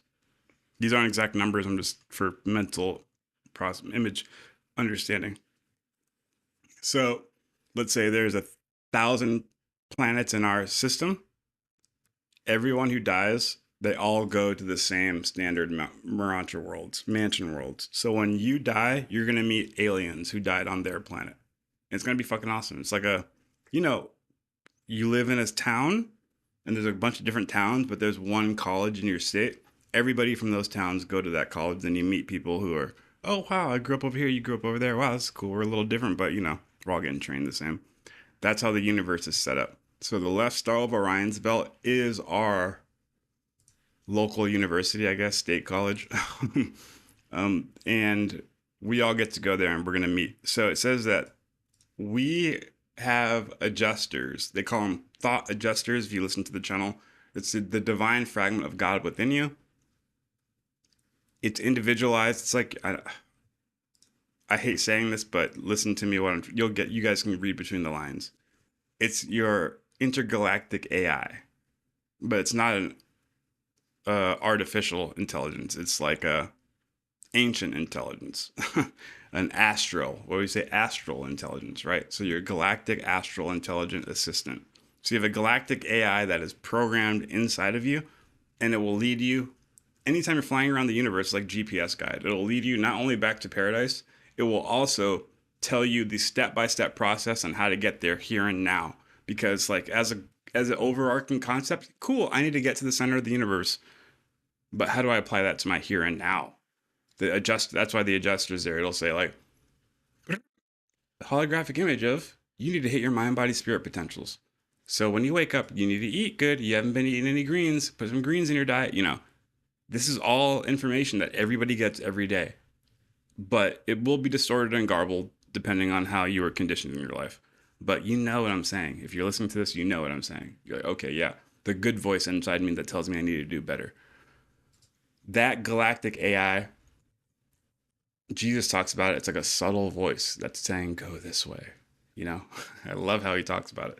The kingdom of heaven is within you. Listen to that. And what we're saying is, I'm not going to give you a dissertation on what the adjuster is, but that's the adjuster. And then it says right here, spirit-fused survivors occupy the mansion worlds in common with the adjuster-fused ascending mortals. I know we're only one sentence into it, but this is why you come to Planetary HQ. Think of the entire universe as an atom, right? God uses geometry and shapes to create everything. So there's a nucleus for an atom with electrons revolving around the outside, right? Now let's expand to the next picture. A solar system with a star in the center with planets revolving around the outside. See how a solar system looks exactly like an atom? Go up to the next level. A galaxy is a black hole in the center with stars revolving around the outside. Okay. So using this pattern, it's a central force with some type of gravitational exertion around rotating forces. That center force would be God. Now they expand this to the entire cosmos and say that, and the Urantia context says that in the very center is called paradise, and that's the dwelling place of God. And that the entire universe is like an atom. So there is a central point where God resides, the Trinity resides, and our planet Earth, they say, is the farthest removed. We're on the outskirts. We're at the very edge of space. Yeah, I know. That's, look at newsflash, huh? So if you understand that model, central island of paradise, or a nucleus, and then revolving electrons or planets or stars, that's the geometrical formula that God uses to create everything. In the center, there is a Trinity. They call it the Father, the Son, and the Holy Spirit. Okay? Or the Father, the Son, and the Mother Spirit. We like to use that terminology. Mother, Father, and then a son or a daughter. the angels, they say they have a hard time using our earth terminology, male and female. I hear that. That's good. Um, so like they even refer to it as they're even referred to as a being as the eternal mother son in the Urantia book, and you can see that they're stressed to find a correct term because our terms are limiting to them. Because God doesn't fit in our terminology. It's feminine and masculine, but it's a lot more complex. I'm not going to go into it right now. So for the most part, mother, father, son, mother, father, daughter, whatever, family unit. Father, Son, Holy Spirit, Father, Son, Mother, Spirit. That's the Trinity that you're taught in Catholicism and Christianity. This Trinity is, think of 3 glowing orbs in the center of the universe. I guess you could think like that. Like, think of 1 purple, 1 baby blue, and 1 yellow. And they're locked in. They have never not been there. Does that make sense? They have always been there. There's never a time where there was nothing. There was always something, and these balls of energy were there. There was no beginning. It just always was. That's another psyop. There was never, everybody thinks like something came from nothing. That's false. There was never nothing. Something was always there. Okay. So nothing is false. There's no such thing as nothing. So in the Trinity, there's the Father, Son, and Mother Spirit. These 3 things created the universe, and all beings are kind of made by like a cookie cutter template, I guess you could say. Cookie cutter is the wrong term because it says that everybody's the same, but they're all based off a template pattern. So there's father beings that are based off the first source and center, the Father.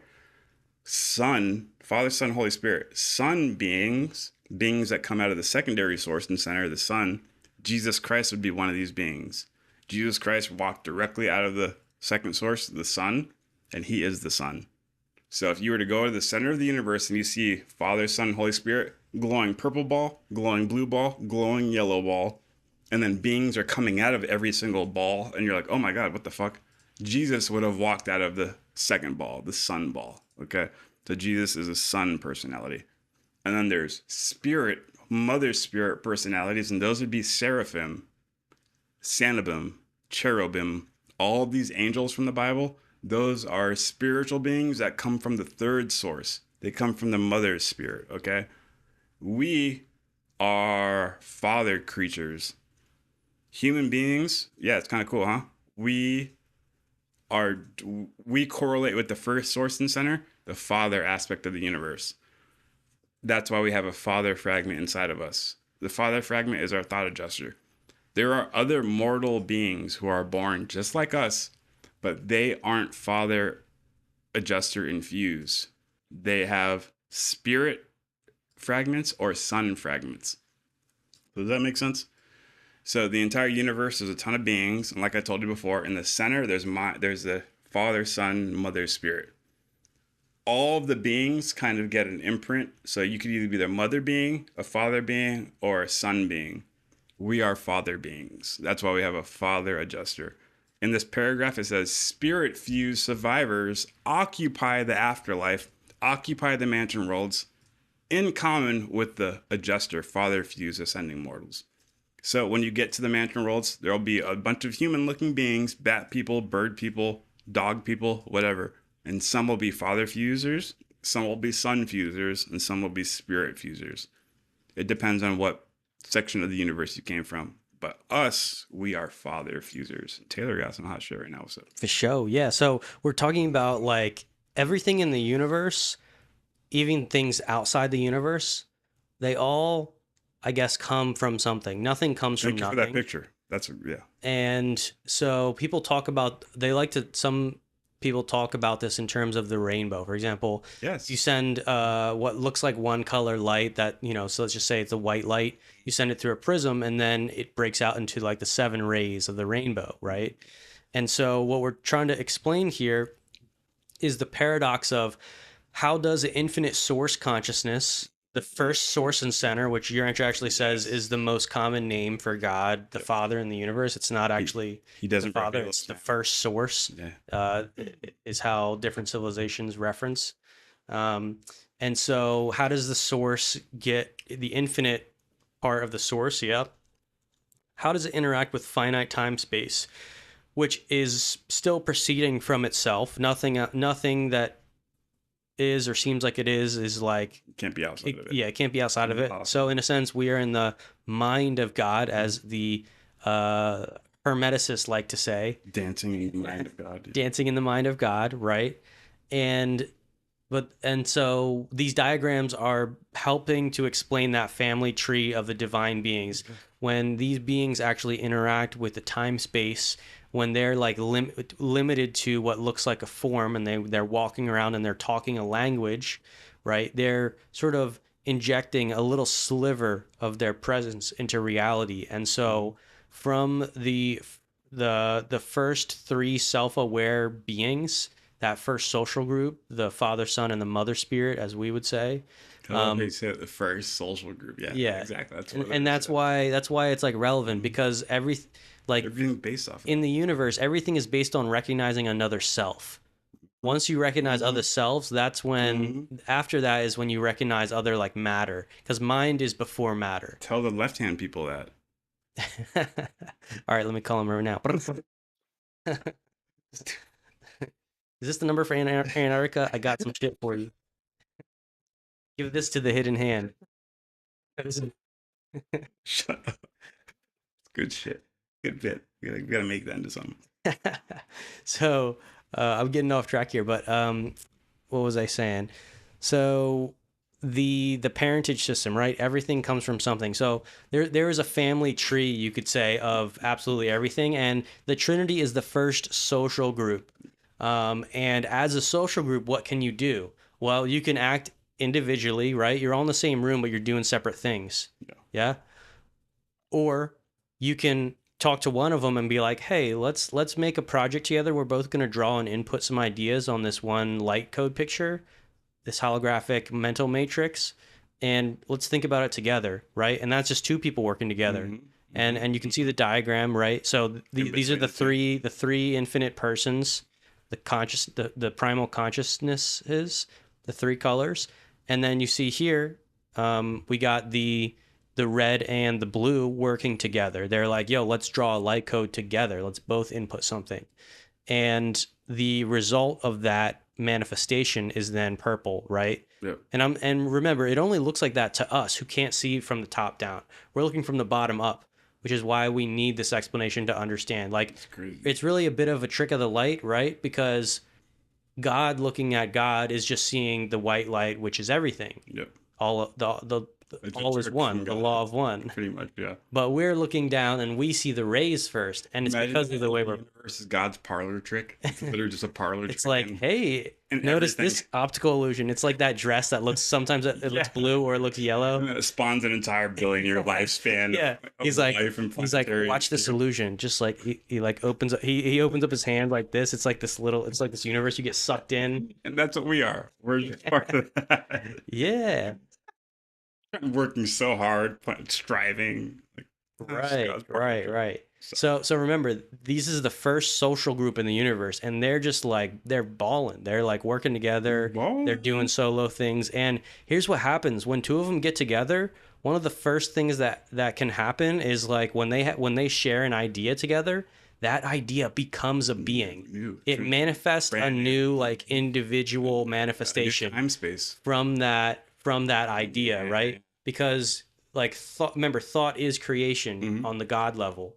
It's akin to creation, meaning that like it's almost like some people say like what Jesus willed would be done, like automatically. 100%. And you even get like that thing where the devil is like, yo, just tell the angels to save you, like jump, bro, and they'll save you. And it's kind of true. Like at that God creator level, like if you can think something and it instantly manifests. Because you are connected, because again, you're seeing from the top down, where thought trumps matter, and all of matter comes from the original thought. Yep. So this original thought concept is that from all these primal source connections comes these sort of original beings, or these infinite beings that are unique manifestations of each group working together. So there's beings where the Father and Son, they think a thought together, and then the Creator Sons come out of that, right? It's a line of celestials that actually organize time, space, matter. And then the mother spirit actually breaks off and sectors all these local like holograms of herself that like work in the universes. Potent images. So I hope you guys are listening. So like this is what no one in church ever is going to drop the meaning of the Trinity. Hallelujah. They're just like, it's a Trinity. Moving on. There's three of them.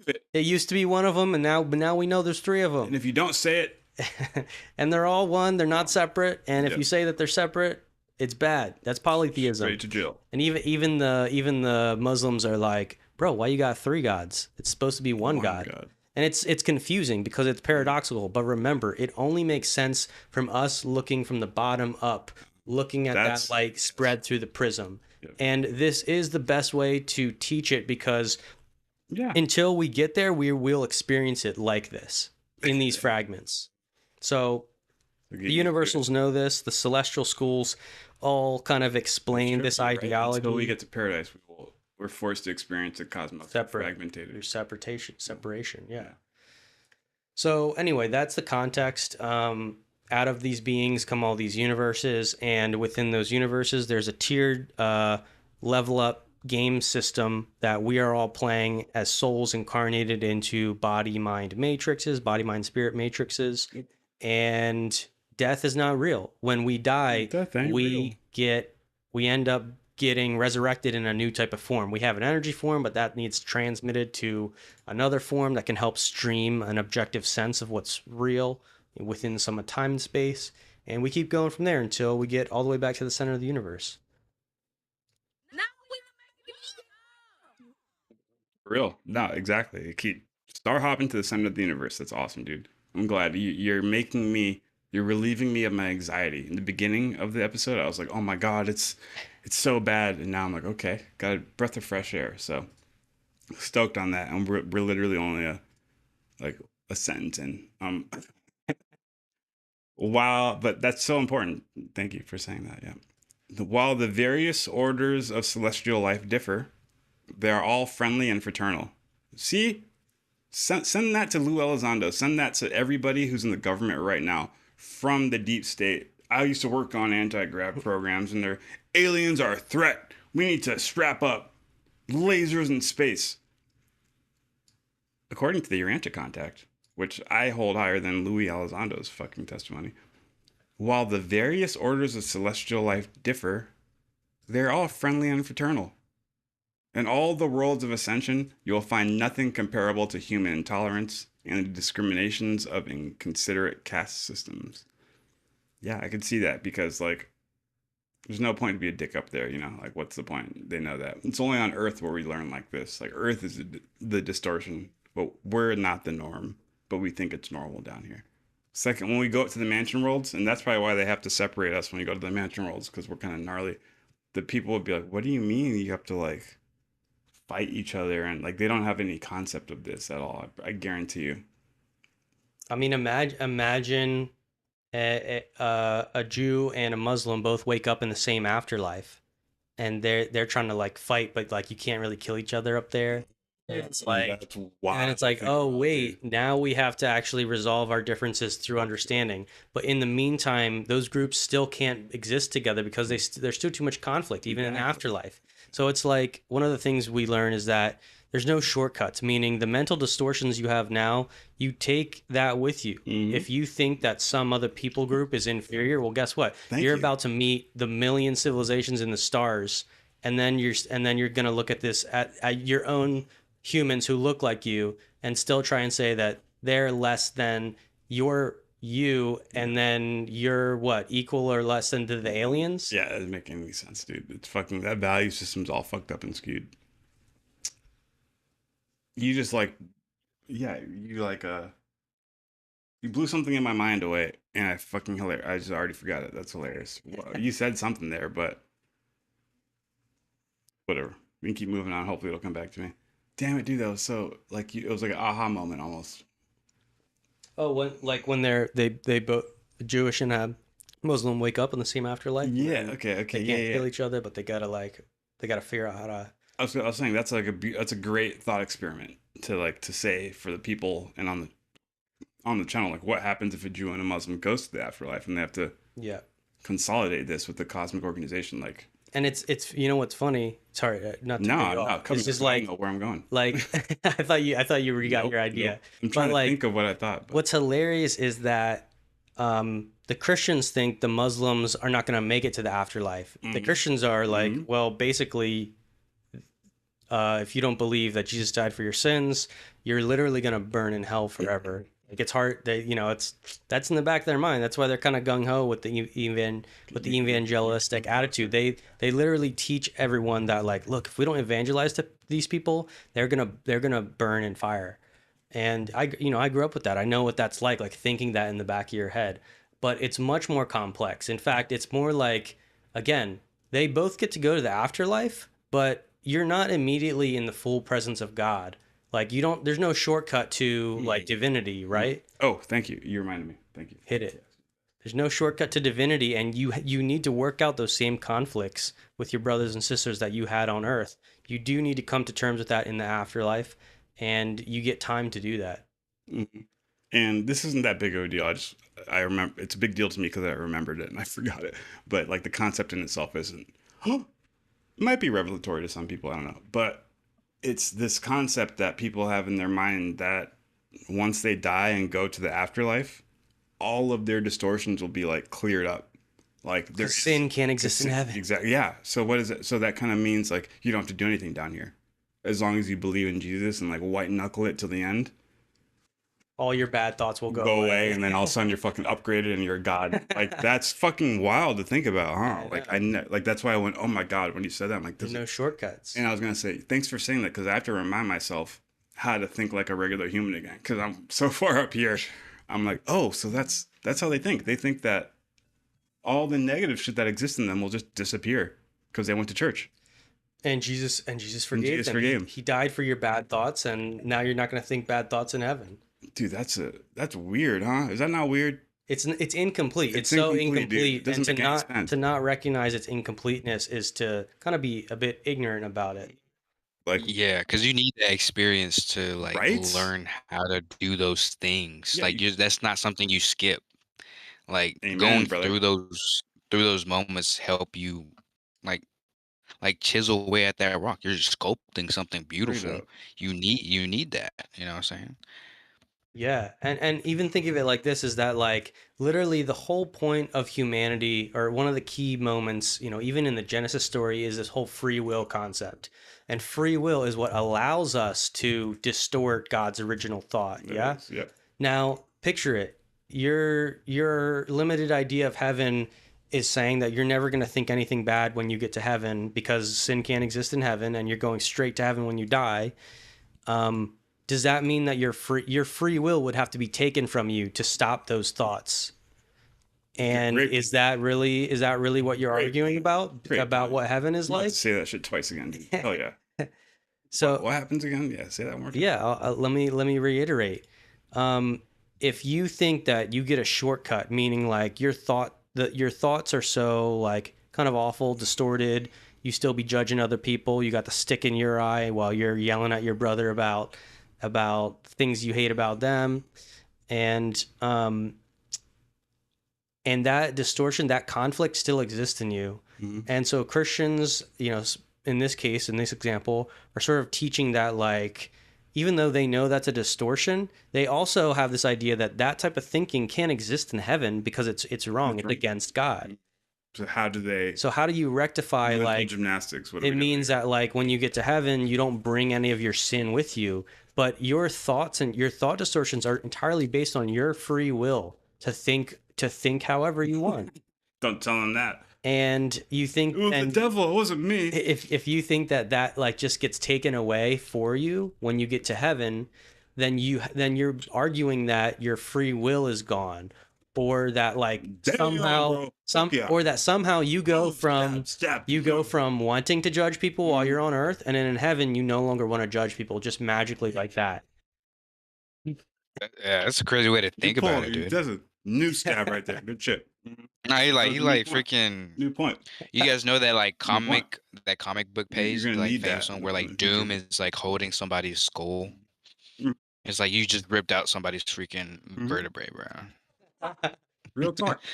That's basically what you did. Because like I've never thought of it that No, way. that's a point And right there. that's really what they teach you. Is like, yeah, you're gonna be you're a bad person here, but when you die, you'll be a good person. Like, no, Exactly. you die a bad if you person, say you're all the gonna die a bad person. confessions. Jesus loves me, I'm Yeah. saved. And then, but then Nah. it says that Yeah. when that happens, they'll take away your free will in order to get to Yeah. that point. Isn't that anti-God? Right. It's kind of reduces the entire point. of it. Yeah, like the angels are going to take away your free will in order Because to scrub you. here's how it was supposed to be. That's not right. Even in the garden story, they say that we can have free will and be in synchrony with God. It's only that when we go out of sync that we get thrown out of heaven. We lose the connection. Yeah.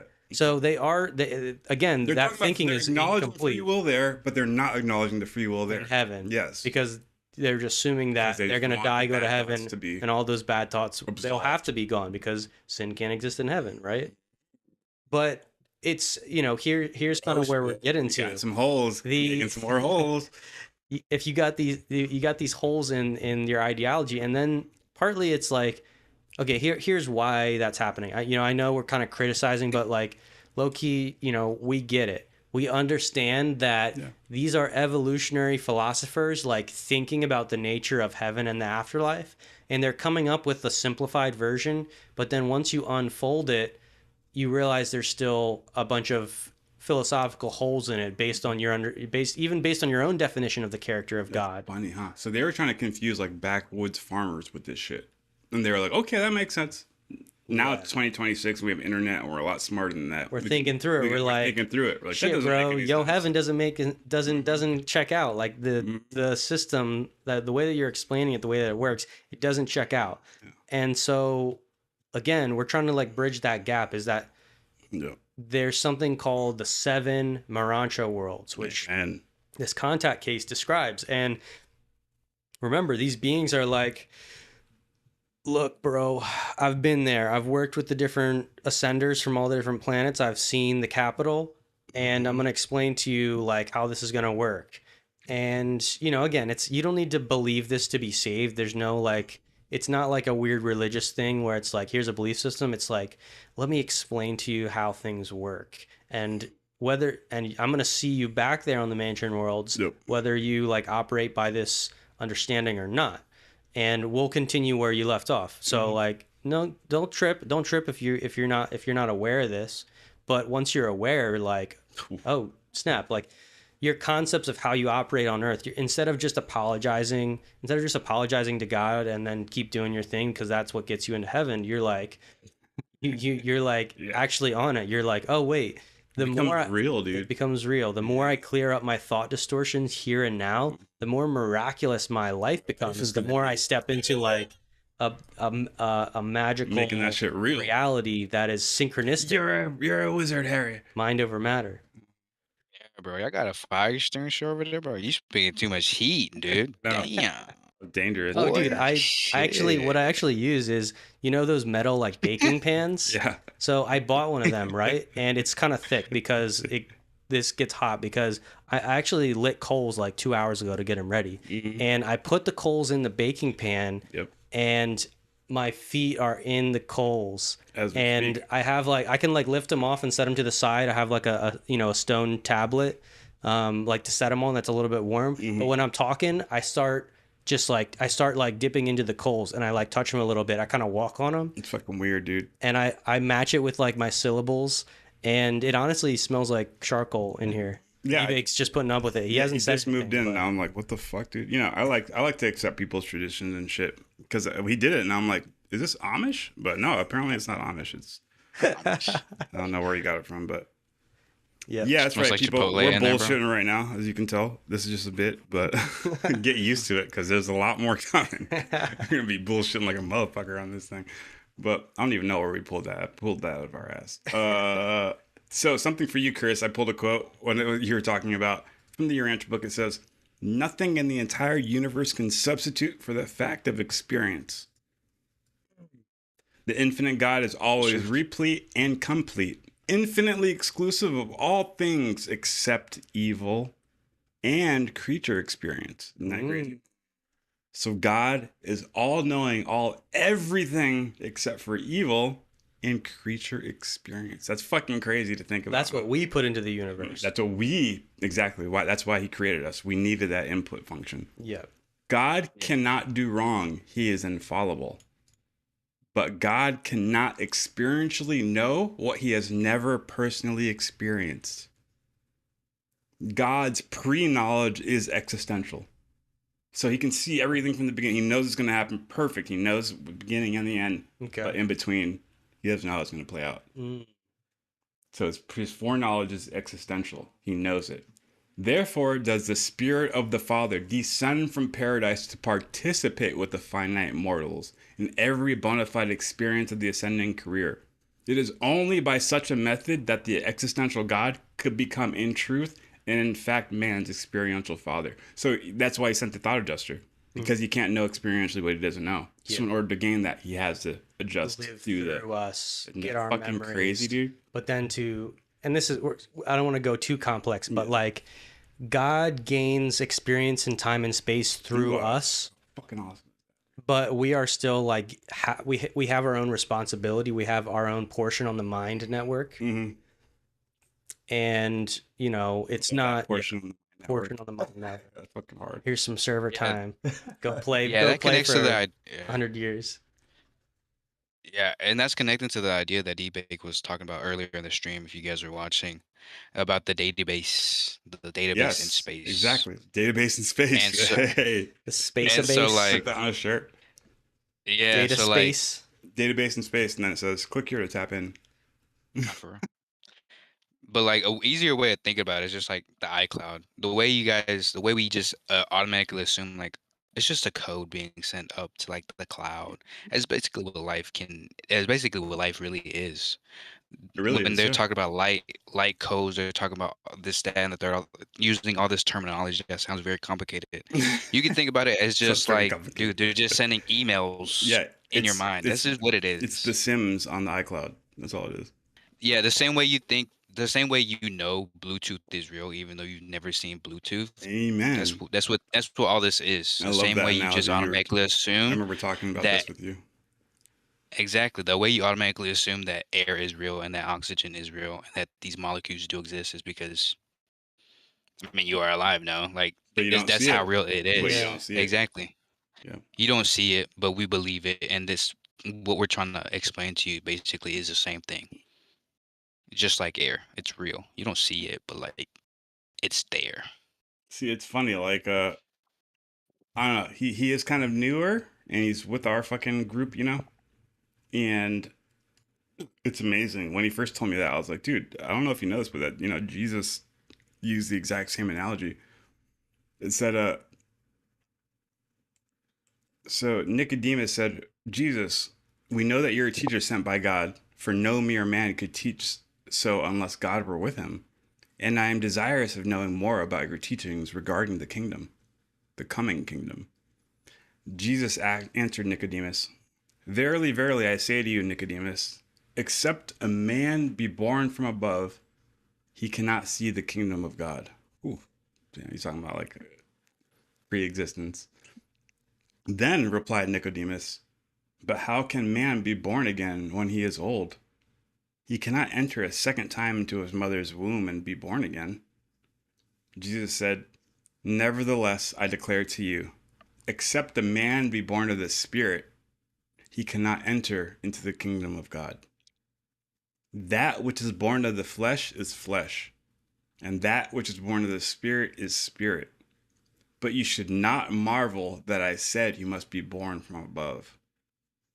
When the wind blows, you hear the rustle of the leaves, but you do not see the wind.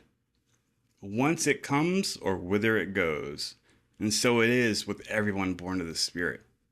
With the eyes of the flesh, you cannot behold the manifestations of the Spirit, but you cannot actually discern. Oh, wait, with the eyes of the flesh, you can behold the manifestations of the Spirit, but you cannot actually discern the Spirit. So he's saying that. It's just like you said, the wind is like with the eyes of the flesh, you can see the byproduct of the movement, but you will never be actually able to discern the Spirit. So I first met you. We already had Planetary HQ popping. Started talking to you, and then you use that analogy, and I look at you and I'm like, damn, bro, you know Jesus said that exact same shit. So fucking turn up. I mean, because it's truth. It's like that, like what you guys are saying. That's what pops into my head. It's just like, yeah, I can see the leaf fall, but I can't see the wind just pull this shit down. Like I can't see it, Who and knows? that's the truth. The wind could actually literally be like a spirit, a wind spirit. People be talking about elementals for so long. What if there is some Yeah. some non-embodied life that is a part of nature's forces? There's actually like individual intelligences as part of that, even though it's partly mechanical. Yes. But like there's Gaia itself.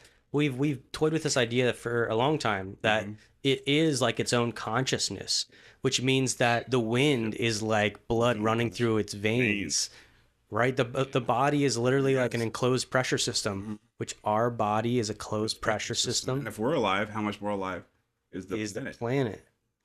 And partly what makes it alive is all of our wireless divine consciousness, like linking up together on that sort of unified level of mind over matter, and that entire network becomes the social memory complex is how another contact case terms this. I love that we're fucking face to face now, dude. You can see us fist bumping. You can't see us in the same shot. We need to set up our wide shot still. I should have got that today. It's so much better. But it's pretty like sick. Telepathic, yeah. Fucking crazy, man. Sorry, yeah, I broke the entire flow to say that. That's how I thought. No, you're good. I thought it was. That's all I got. In the moment, I saw the images and I saw it too, and I'm like, holy shit, real time. Shout midwayers are here too, dude. What's cracking, gang? What's up? For real, bro.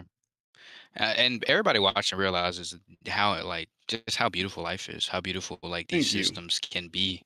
Everybody watching it's like you guys said, the planet is alive. Plants are alive. I got a plant in my room right now. I don't ever see it physically eating the sun. I don't ever see that shit. But I know if I give it water and put it next to the window and put it next to the window, it's gonna grow because it's in the environment. Staying alive. Intaking everything that it needs. So it's growing. And that's how we should be, for ourselves. 24/7. We need to give ourselves just the absolute bare minimum of what we need, and then we're gonna grow from that. Yep. Fuck with it. Show. Fire, dude. Let's keep All right, getting let's it. keep going. Only a couple paragraphs in. No, this is a fire conversation. I love it. As you ascend the mansion worlds one by one, they become more crowded with the Urantia activities of advancing survivors. As you go forward, you will recognize more and more of the Jerusalem features added to the mansion worlds. The Sea of Glass makes its appearance on the second Mansonia. Sea of Glass. We talked about that in our End of the World Revelation because John saw the Seas of Glass. Yeah. Go check that out. Pretty hot right now. I think it did 3K views already. Yeah. A newly developed. Why did I need to say that? My egotistical. 3K views. Whatever. I'm dealing with shit. I'm working on it, people. Sorry. Got problems. A newly developed. Flexing on his own subscribers who have already seen it. 3K views. You know the deal. Having fun out here, people. A newly developed Planetary HQ will actually be a destination soon that you will be able to like check into and grow your mind, body, spirit complex. So get fucking excited. Don't get excited that you just found a new YouTube channel to add with the rest of them, because that's not what we are. Get excited because like this is a actual thing you could show up and join and become a fucking space marine, dog. Stay fucking tuned. Okay. A newly developed and suitably adjusted Urantia body is acquired at the time of each advance from one mansion world to another. So they're talking about creating new bodies, consciousness transfer right there. So right when you die, you're already in this weird cloning body transfer mechanism. Biologics, no organ system, no sex organs. I mean, and travel in space. All it says is no sex organs. Yeah. And that's what I care about. I guess there are some organs. Well, I don't think a penis and a vagina is the sex organs. Okay. I think the testes and the ovaries are them. I see. So you can still have sex, but not get pregnant. All right. I'm just saying, why would they take that experience away? All right. Not for this episode. You go to sleep with the seraphic transport. Yeah. I'll start from the top.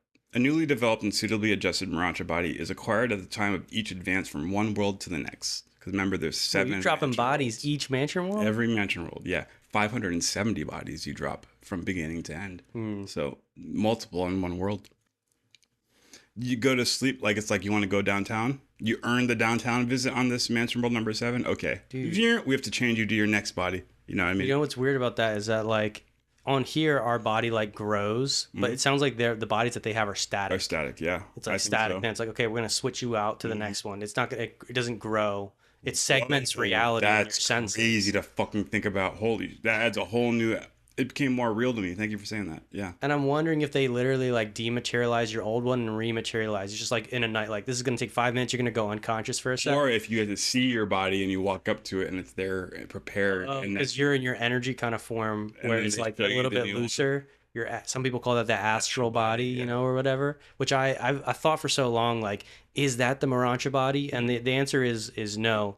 Morancha body is like a form that streams a specific bandwidth of reality, whereas the astral body you can kind of stream any bandwidth that you know how to tap into. Okay. It's more of like your mind through less of a lens. Okay. It's more so your just astral body mental. would be you and your adjuster. Yeah, you and your adjuster and your Morancha soul. The Morancha soul that can be transported between But any bodies. shell outside of that would be a Morancha body. Yeah. If you were to generate a shell. Right. That would be your shell, that your sort of astral body, This your is a very I am advanced self. definition. Right. This is only a planetary HQ definition. I think you just made you stamped in time and space a new definition. Hell yeah. Oh yeah. What is your real I've astral been body? calculating this for a long time. Yeah. What is your real astral body? I like that. Yeah. And again, remember the point of a body, you could say, is to limit your experience so that you can learn something from it, right? Because here's the thing: Overwhelmed by every sensation. limits force innovation. Amen.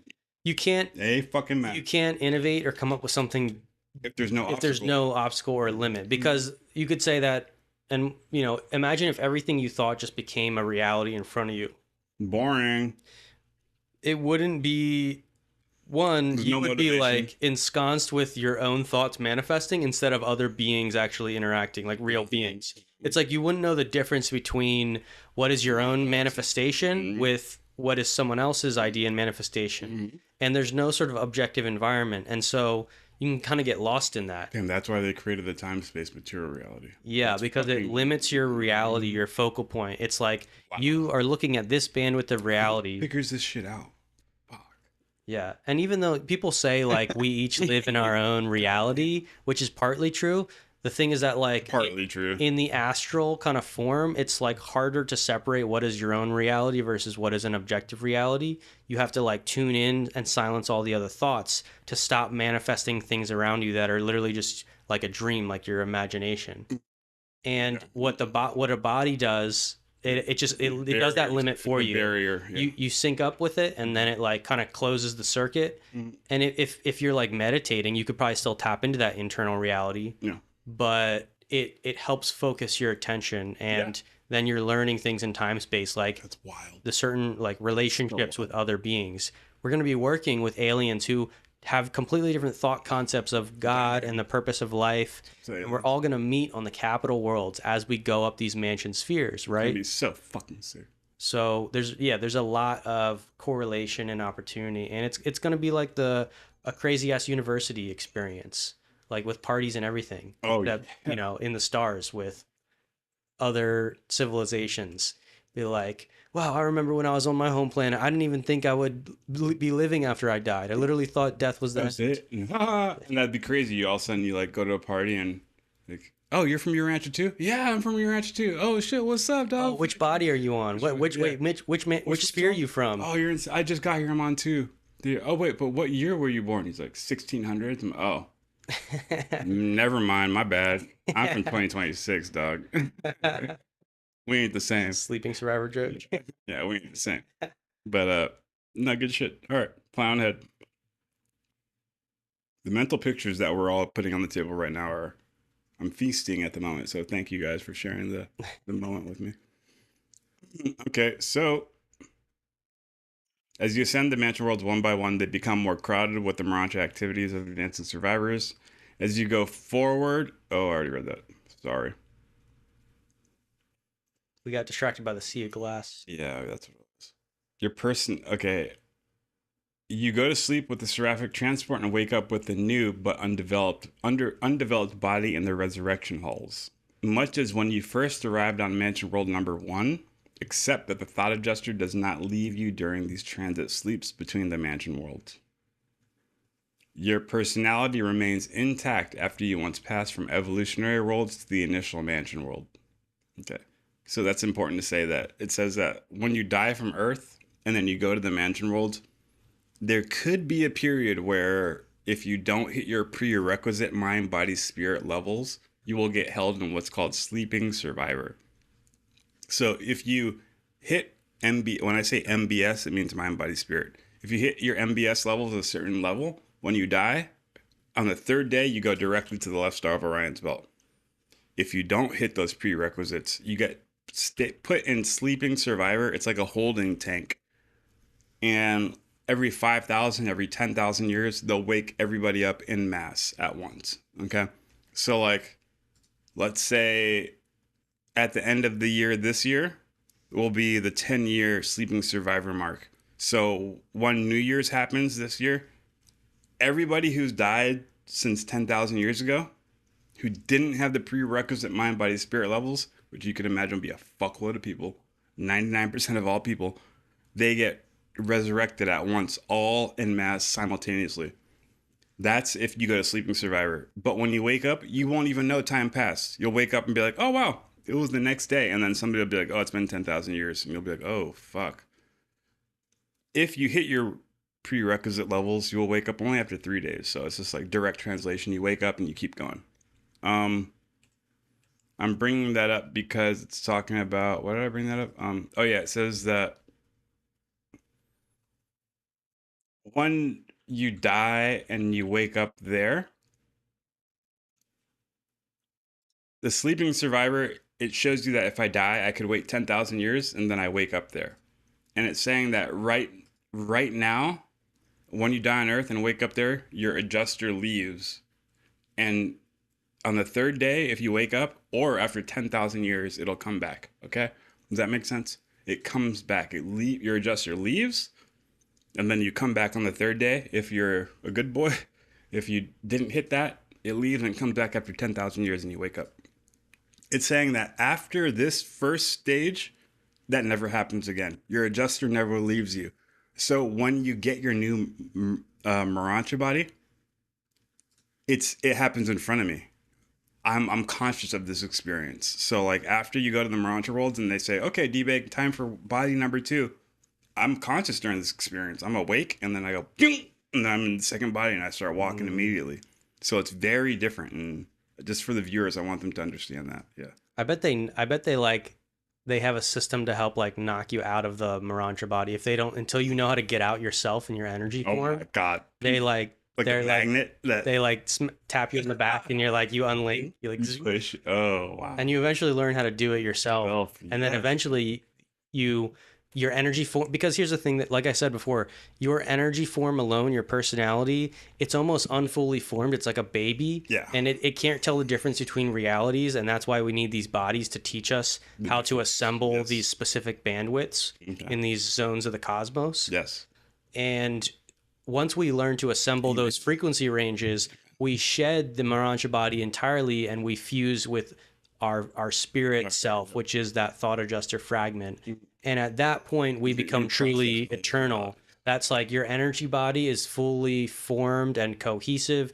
You know how to tap into the lower bandwidths of time space, literally every level. They've separated out into like physical time space, mortal planet. That's a specific bandwidth, right? I'm talking about bandwidth. Your eyes only see a certain frequency range. Your ears, certain frequency range. The Urantia body has all these new sensations because it's got to it opens up the aperture, new frequencies that you're seeing all at once. New light. Eventually, you know, once you go through each experience, then in your like full spirit energy form, you can tap back in. You know how to recognize all the lower realities because you can assemble each thread of bandwidth in terms of energy and how everything gets split into these octaves. Crazy. Yeah, what you got, Chris? Nah, you can't escape progressing yourself ever. You No. can't escape that that arc in your life, I guess. Just you have to work on yourself. I think that's something that people wish doesn't exist. Like there's no Oh shortcuts no, in life, you're bro. right, and that scares me. Yeah. Yeah, a lot of people my age, we grew up with the fact like, oh, like I want to be like this because I mean, there's no point in trying to be somebody different. Like everybody is already different enough. I'm be like this other person. Like, no, bro. Like we have to go through that maturation process. We have to, like you said, we got to go through these worlds and we got to experience these things at the end of the day so we can get to where we need to be. Oh yeah, dude. I mean, your cosmic career starts here and now, dude. All the shit we're talking about, it's nice, but guess what? The kicker is you don't gotta wait till you're up there. You can start your career right here, right fucking now, which is dope. And that's why we're living the way we are. That's why we're doing it the way we're doing it. So it's exciting. Let's keep moving on. Your adjuster memory remains fully intact as you ascend the Mirage life. Those mental associations that were purely animalistic and wholly material naturally perished with the physical brain. But everything in your mental life which was worthwhile and which had survival value was counterparted by the adjuster and is retained as part of the personal memory all the way through the ascendant career. You will be conscious of all your worthwhile experiences as you advance from one mansion world to another and from one section of the universe to another, even to paradise. Though you have Marancha bodies, you continue through all 7 of these worlds to eat, drink, and rest. You partake of the Marancha order of food. The king. Oh, I wonder what kind of food they got up there, dude. It's probably fire. Imagine the best food from all around 10 sectors of the galaxy. Holy shit, dude. Like, just like how they have like sweet and salty, hit you sweet up front and then salty in the back, or like bitter up front and then charcoal in the back, like wine sommelier. Imagine like, it'll be like you felt like your girlfriend broke up with you in the front, then in the end it feels like you just like solved a galactic problem and they're able to infuse that into like food. Dude, that's fire, dude. All right. I know I'm getting a little I'm fantasizing right now. I don't know if it's that much, but might just be good tasting food. But okay, so you partake of the Marancha order of food, a kingdom of living energy unknown to the material world. Damn. Both food and water are fully utilized in the Marancha body. There is no residual waste. I don't know why, but I always connect that with the North Korean Juche ideology. It's crazy. Nobody studies Juche, and maybe we should be the first to kind of break it. I scratched the surface of it a couple days ago because Jang was talking about it. And he says there's 2 aspects of it. There's Juche, and Juice is, I would say, post almost like absolute, or the universal absolute. Does that make sense? It's like the original Trinity, and then it became differentiated, right? Okay. And they call it like the universal absolute differentiation. Mm-hmm. And then they say that there is an undifferentiated absolute, which can't be touched, which can't be perceived by humanity. Yeah. But so they only focus on the Juche. So when you hear North Koreans believe in Juche, Juche really means the fragmented cosmos, and they have to deal with it in their ideology. They don't believe in it; they just have to deal with it, and they have to figure out how to reconcile all the different images, all the fragmented images, and that King Jong Il or whoever their leader is the person in charge of coordinating the fragmented thought forms. Yeah. I know it's weird. Honestly, from my point of view, I'm like, that's a very enlightened way to look at the cosmos from any government point of view. I haven't heard of a government looking at reality like that. Maybe that's why they're deemed dangerous, So they were talking like that, and then Kim Jong-un is the divine leader who is at that center process of the cosmos, going from, what do they call it? The divinity absolute, or the how there's like a personality absolute. Once, okay, I'm gonna use qualified and unqualified. I think that's the word they use. So qualified and unqualified absolute. They say that Kim Jong Un and whoever that holy leader is in charge of the qualified absolute Okay. on planet Earth. So they're in charge of differentiating the different mind pictures and coordinating them.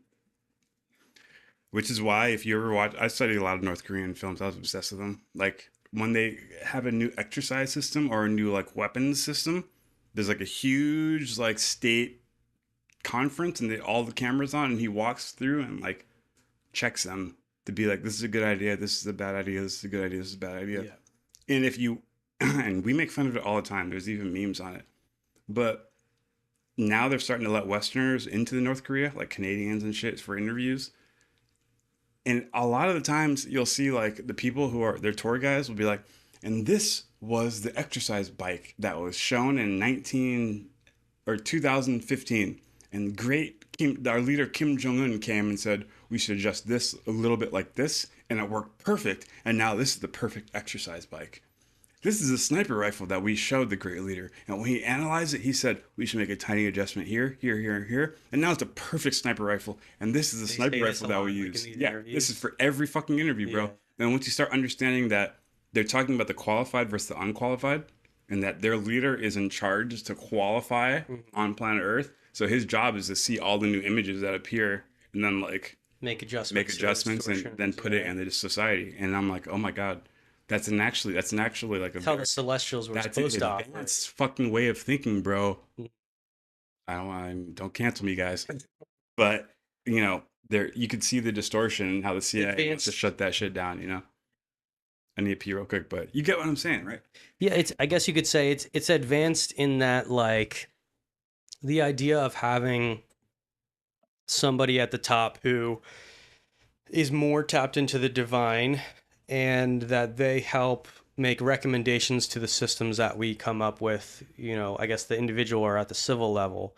That idea is, to me, what it's trying to model is what the Anunnaki were supposed to be to humanity, the celestial helpers, the teachers, setting up schools, like qualifying the ideas that the mortals had, introducing new things to them, teaching metalworking, arts and sciences and astronomy, right? But then they went bad. This is if you don't know the story, check out our video, the Anunnaki versus Adamic Superhuman ETs, and we kind of go over one of the old stories of celestial landings that got recorded in different religions, and the term Anunnaki is what the Sumerian recordings.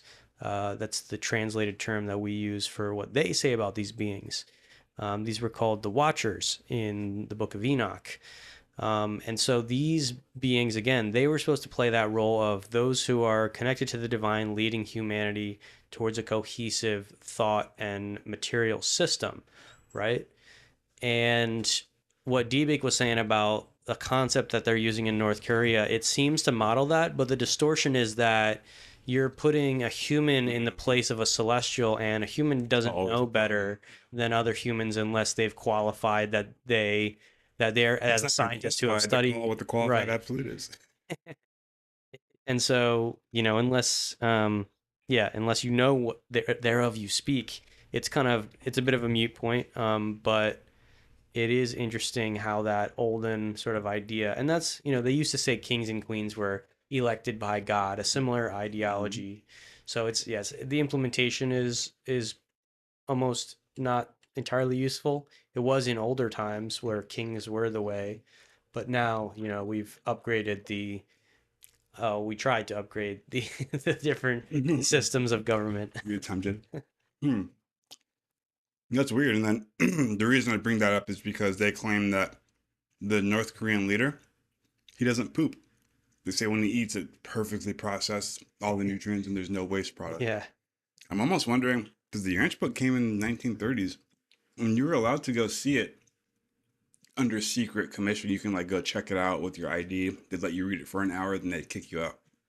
From 1935 to 1955, then they actually printed it for public use. So for 20 years, if you're a secretive, and they said like high military and international political officials would come in and read it. I'm wondering if the North Korea person who helped draft the Jewish Constitution had access to the Urantia book, you know? Mm-hmm. Was trying their hardest to codify it into it. Because where else do you get that the supreme leader doesn't shit, you know, like perfectly utilizing a light body, and that's what they say. He has like a light, like heavenly body that uses all the nutrients. I've never heard that anywhere except for the Urantia book. I'm not saying I'm well read in everything, you know. All right. Yeah. Like the way I process that whole like what you guys are talking about, it's like just a filter, like a celestial filter, like that just drips down, and that's where we get our info from, you know? Mhm. It's like that's what we trust, that's where we, go Yeah. to for what we need to.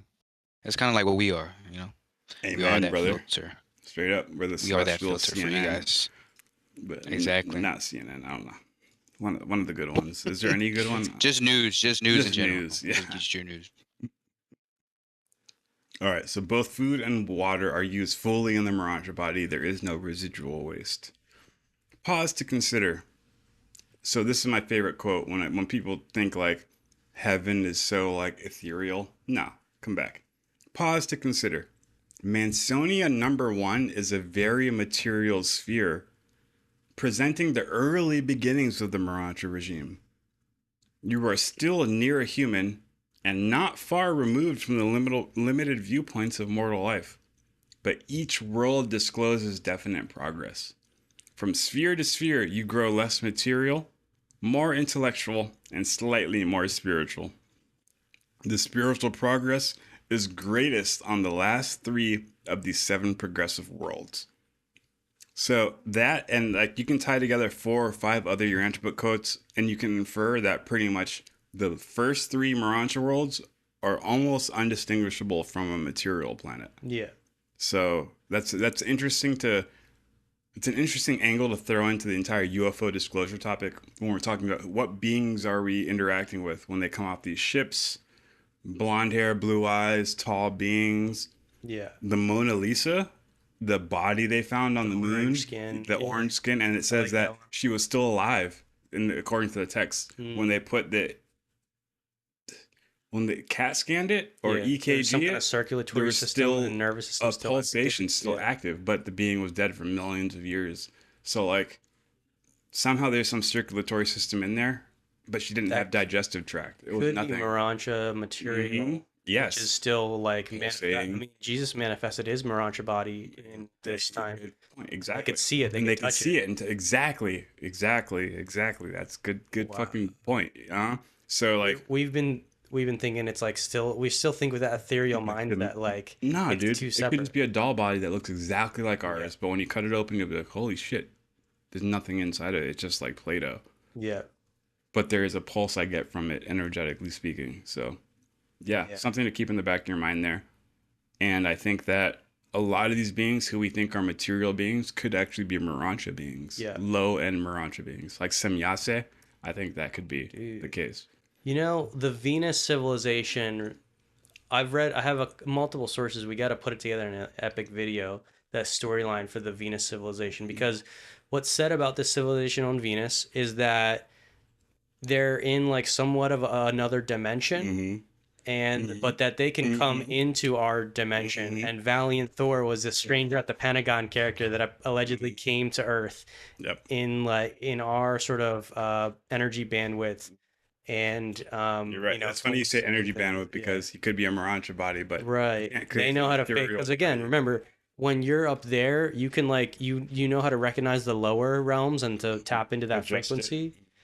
And now, but yeah, that's an interesting idea, is that like maybe there is life on Venus, but it's on like this Miranja level, and they can polarize into our dimension. Yeah. Because maybe there's more to it. We don't gotta. We're killing it, bro. We're getting sidetracked. Only one paragraph. We're dropping heat. 2 hours in. I know, but we're dropping heat. Maybe how long the next part? 5th. Maybe we'll do the 5th and then call it another. We're killing it though. I love it. I'm excited. Great conversation. I mean, this is our first time in this setup doing a podcast live stream, right? Yeah. Our last live stream was on the couch. Yeah. I said bed because it is a bed too, but this setup right here, I'm feeling a whole different. I'm like channeling. I feel like another circuit opened up right here, dog. I'm not even kidding you. And then like being able to I can look, see the connection between you guys. Yeah. Through the freaking computer, bro. And for the first time, we're not looking at the screen at each other. I'm looking above, and we're like talking about. We have like live mic feeds, like analog speed of light. I'm feeling something, dog. I'm feeling something. Yeah, for sure. I could definitely see like how you guys are just like bouncing off of each other. This is Yeah. what's happening Oh, right yeah. now. Shout out to the midwayers. We ain't forgetting you fools either. They in the room right now too. All right, let's keep going.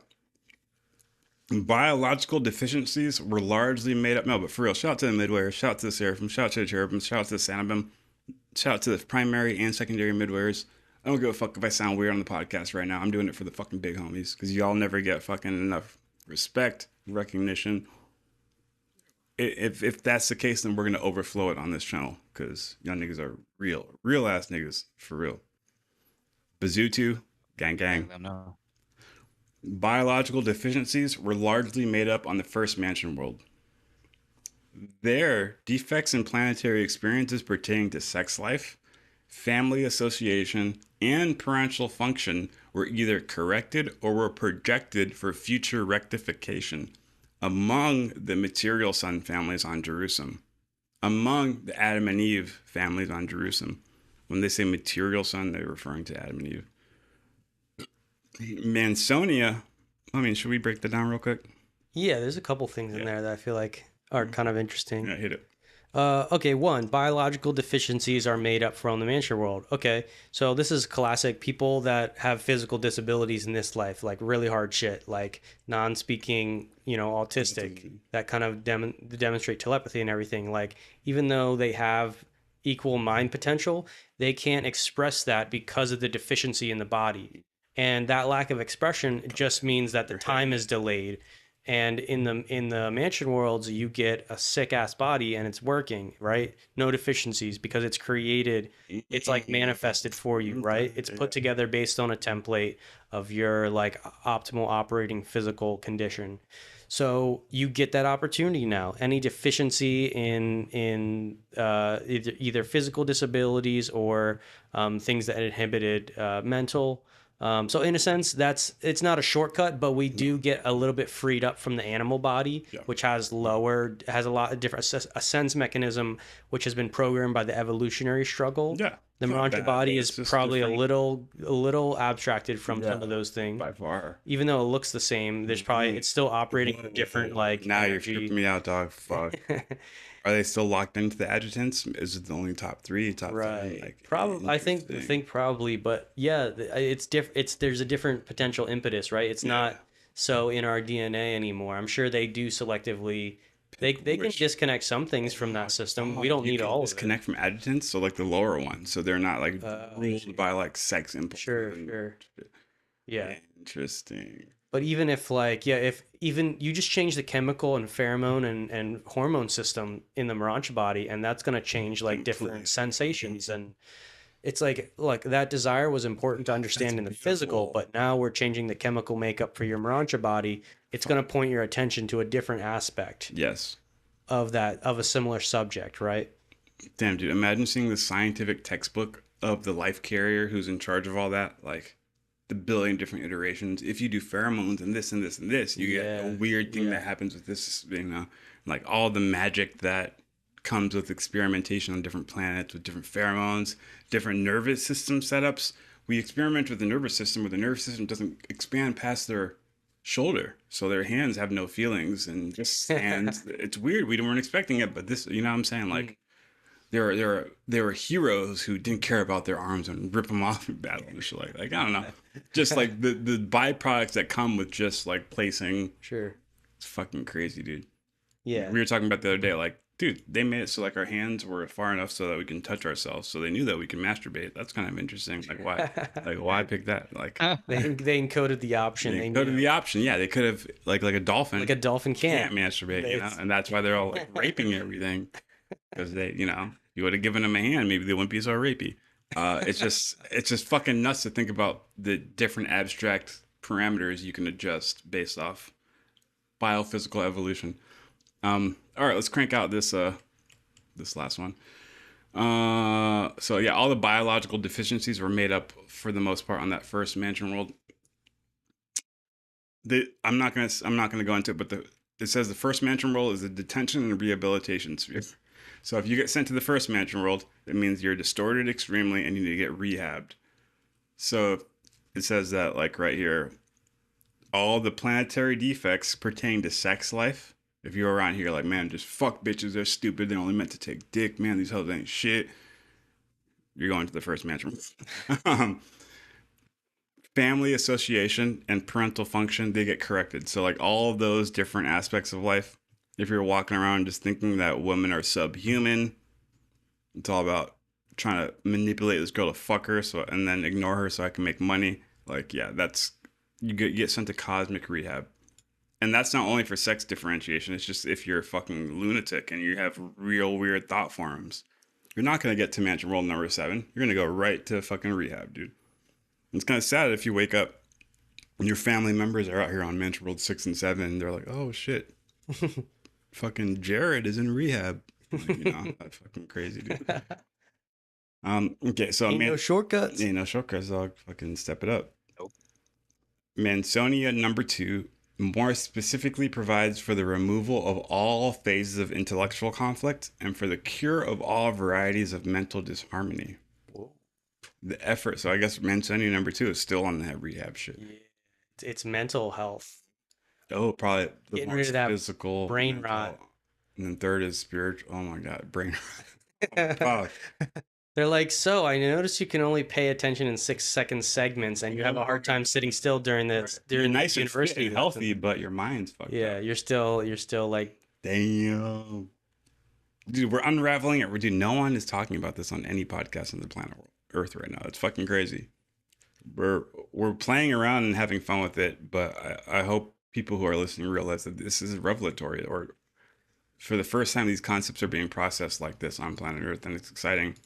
Now, if we can make this like standard for everybody in every family, where everybody just thinks like this, we win, guys. So if you're feeling excited when you hear this, that's cool. But I'm going to punch you in your face on the mansion worlds if you got excited and did nothing about it. If I look at your life and go, wow, you got so excited, you did nothing, I'll fucking punch you, dude. You better do something. After you hear this, you better go and create 6 more, you know?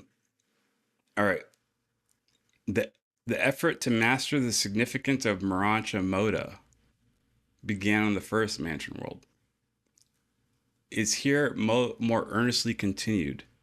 The development of Mansonia number 2 compares with the intellectual status of the post-magisterial sun culture of the ideal evolutionary worlds. There's a lot to unpack there. I have a way to kind of address it in the beginning, but and then we can wrap it up because I think it's towards the end of the episode. I got some hot shit for you. Where is the Urantia Moda? Oh, it's 48. Okay. So, in the beginning of this one, it talks about Urantia Moda, the ability to perceive Urantia Moda, right? Is that what it says? The next page. the effort to master the significance of Urantia Moda began in the first mansion world. Okay, so that's what I was referring to. Yeah, the effort to master Urantia Moda. And I'm trying to get people to understand what Urantia Moda is. Urantia Moda would be philosophy, cosmic philosophy, I guess you would say. And it's so important, man. It's so important. Urantia Moda. It says the lower planes of Urantia Moda join directly with the higher levels of human philosophy. On the first mansion world, it is the practice to teach the less advanced students by the parallel technique. That is, in one column are presented the more simple concepts of Moda meetings, and in the opposite column, citation is made of analogous statements of mortal philosophy. Okay, so they put side by side in 2 columns. One column of cosmic philosophy that they call Urantia Moda. Pretty much they say eternal light pictures that you can see in your mind, they will motivate you to get to paradise. So they don't care about the wording. They want you to understand the light pictures that this statement says. And if you can see the holographic light image, then you add it to yourself and you fucking run with it. And then analogous to it, parallel to it, they put statements of human philosophy that kind of correlate to it, okay? And they're trying to get you to understand the connection between the two. So they're using human philosophy to bridge us to eternal motivation. That's why it's called Moda. It's motivation. Urantia Moda is supposed to propel you. It's motivation, okay? So it says, not long since, While I was executing assignment on the first mansion world, I had occasion to observe this method of teaching. And though I may not undertake to present the Urantia moda of the lesson, I am permitted to record the 28 statement of human philosophy, which this Urantia instructor was utilizing as an illustrative material designed to assist the new Mansion World students in their early efforts to grasp the significance of the meanings of moda. So these new students were like, what the fuck does moda mean? And they were in the classroom, and this teacher was saying, I'll teach you what moda is, potent holographic light images, but I need to use 28 philosophical concepts from your planet just so that you understand what's happening. And this transmission I'm about to read to you, just a part of it, it's saying that this is what I got. I was not allowed to record the Urantia moda, but for you guys, I can record the 28 human statements that correlate. So by reading this, you kind of get a glimpse onto what holographic light image you're trying to teach people. This is fucking alien university right here. This is an insight. You're sitting in on an alien cosmic classroom right here. Everybody's talking about UFOs and what kind of aliens in the Department of the Air Force and classified materials and shit. Dude, fuck that, man. Imagine if you can get a classroom transcript from an advanced planet and you can learn how they think. To me, this is way more valuable. So I'm just going to read a couple. Number 1, a display of a specialized skill does not signify possession of spiritual capacity. Cleverness is not a substitute for true character. Boom. Holy fuck. Damn. How do you break that down? That's a bomb right there. It's a bomb, right? Everybody looks up to people because they're good at dunking a ball or throwing a pigskin. Or if they're really good at hammering a nail or cutting a straight line. That's a specialized skill. That does not mean you possess spiritual capacity. As a human species, we confuse that. We look at everybody because they're really good at doing a backflip. He's really good at shooting a Coke can at 100 yards. That's one specialized skill, but we idolize them. Then we ask them for like political advice and spiritual advice. It's fucking nuts. LeBron James, bro, you're good at dunking. We don't need your opinions on political fucking aspects, you know? Yeah. Cleverness, being a fucking showman. Hey, me, everybody knows me, I'm the best host. Cleverness is not a substitute for true character. It's nice that you're doing that, but does your character match up with building the kingdom? Do your words match up with it? You know what I mean? Like, I feel like this number 1 is a sledgehammer to humanity because all we do is idolize fake people who are good at sports, good at acting, they're clever, but these people are devoid of spirituality. And I think that's not good for the planet, We need to stop idolizing people who are good at specialized skills because it doesn't mean that they have spiritual capacity. You got anything to add to that? Sorry, I'm just... No, that's right on the money. We kind of get lost in a bit of like a mental thought form trap because like people become popular. I mean, even just Elon Musk, he's really good at doing this industry stuff, right? Making new companies, getting people to work more efficient. But like, does that automatically, mean that as a spiritual person that, leading government should also be led like you lead like a for-profit company? Do all those principles really work out when you're trying to have a democratic system? But we still turn our attention to these people, as if one thing that they're really good at qualifies them for everything. Exactly. Which is not a complete setup. It's far too detrimental, summaristic. 100%. Don't do that. Simple as that. Don't do that. Did I cut you off? Sorry, I didn't cut you off. Okay, cool. Yeah, like, don't idolize people who are just good at one little thing. Like we say, we're trying to bring a Da Vincian spirit to planet Earth, and we need to be good at everything. So try to be a Da Vinci-like character, and don't only focus on people who are good at one thing. Yeah, Travis Scott is good at making music. Money Man's good at making music. Taylor Swift's good at making music. Dave Chappelle's great at making comedy. But all these people don't act like they're gods because they display a specialized skill.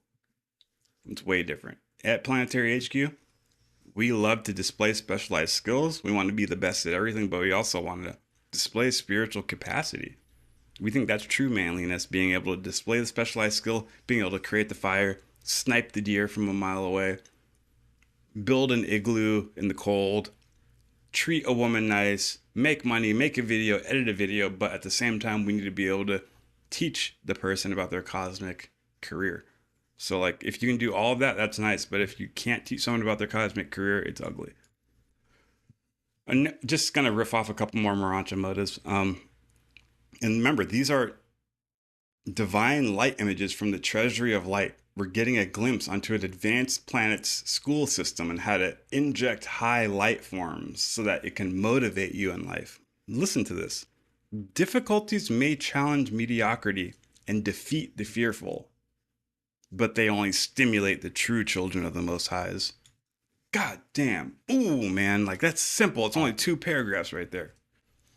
Difficulties challenge the mediocre and defeat the fearful, but they only stimulate the true children of God. Like that's how I feel all the time. I look to my left and right and people are like, oh, and they're all complaining and bitching. I'm like, damn it. Oh my God, Trump's doing this. Trump's doing that. And I'm like, oh, it's challenging you because you're mediocre. And then I look at Taylor, I'm like, we're going live this Sunday. Let's fucking kill it and address it. Like, it stimulates us, you know, like we want to move forward. And I think everybody else needs to think of that too. Like, stop looking at, oh, the world's so hard and it's all bad. 99% of the weak people give in to that. You are true children of the Most High. If you're hearing this, you are the resistance. You are a son of Planetary HQ. You're a daughter of Planetary HQ. Get stimulated. Go forth into battle. You're not going to die. We're not asking you to die. Just stop being a pussy and fucking step it up and make some fucking movement on planet Earth. Another one that I can write these I used to write these on a piece of paper and put it on my bathroom mirror every morning. So I'd have a new one. So I repeat it every day. And I have these shits in my soul written on my heart. Number 7, blind and unforeseen accidents do not occur in the cosmos. Neither do the celestial beings assist the lower beings who refuse to act upon his light of truth. That's hard as fuck right now. The celestial beings will never assist you if you're not building the kingdom. You know? You can say it all you want. You can say you love Jesus all you want. You can go to church all you want. You can do all this shit. You can shave every day. You can wear a suit and tie and look great. You can make sure you follow all the rules. Do you think the angels give a fuck about that? No. They only assist you if you go all in to change the planet. Do I look like do I look like a priest in holy robes going, hallowed be thy name? Hell no, dude. We're in the dirt. We're out here fucking making music videos, recording music, teaching people about Jesus as an alien, going to the Trump rally tomorrow to fucking film shit and let people know, like, hey, there's more than just this shit. You know, Trump is not the Messiah. Dude, the adventure is beautiful and it requires a ruthless, rugged approach. So that's what I'm talking about. The angels will not assist you unless you act upon that light.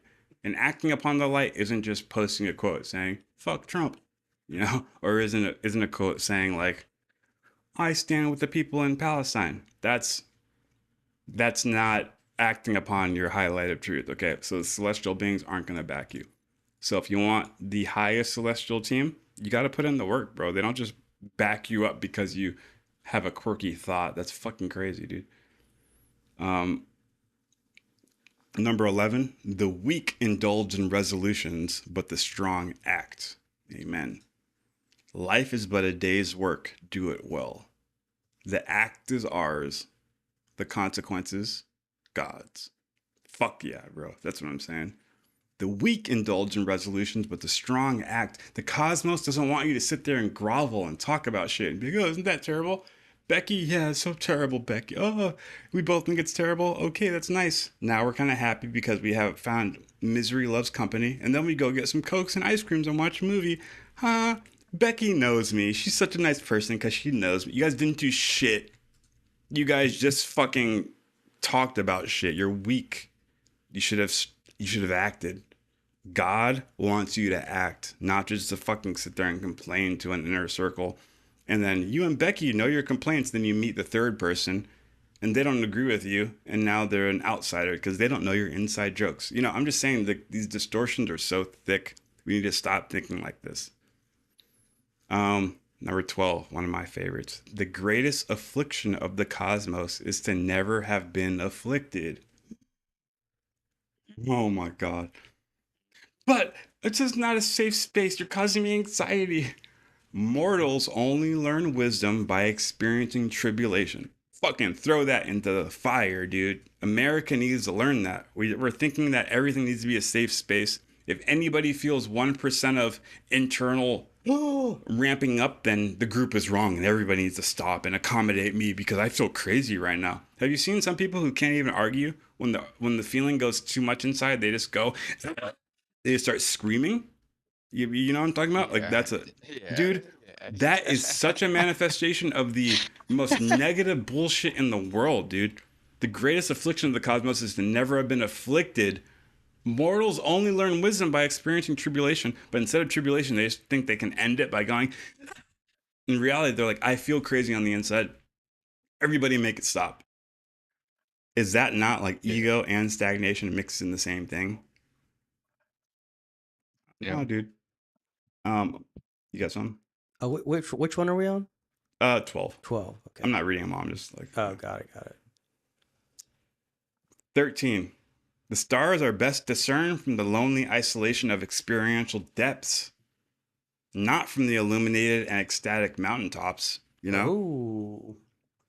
It ain't gonna be pretty. You want to build the kingdom, bro? You need to get into the dirt, in the mud, and only then, when you're building the truth in the fucking, I'm in the trap with the Goonies and the drug dealers.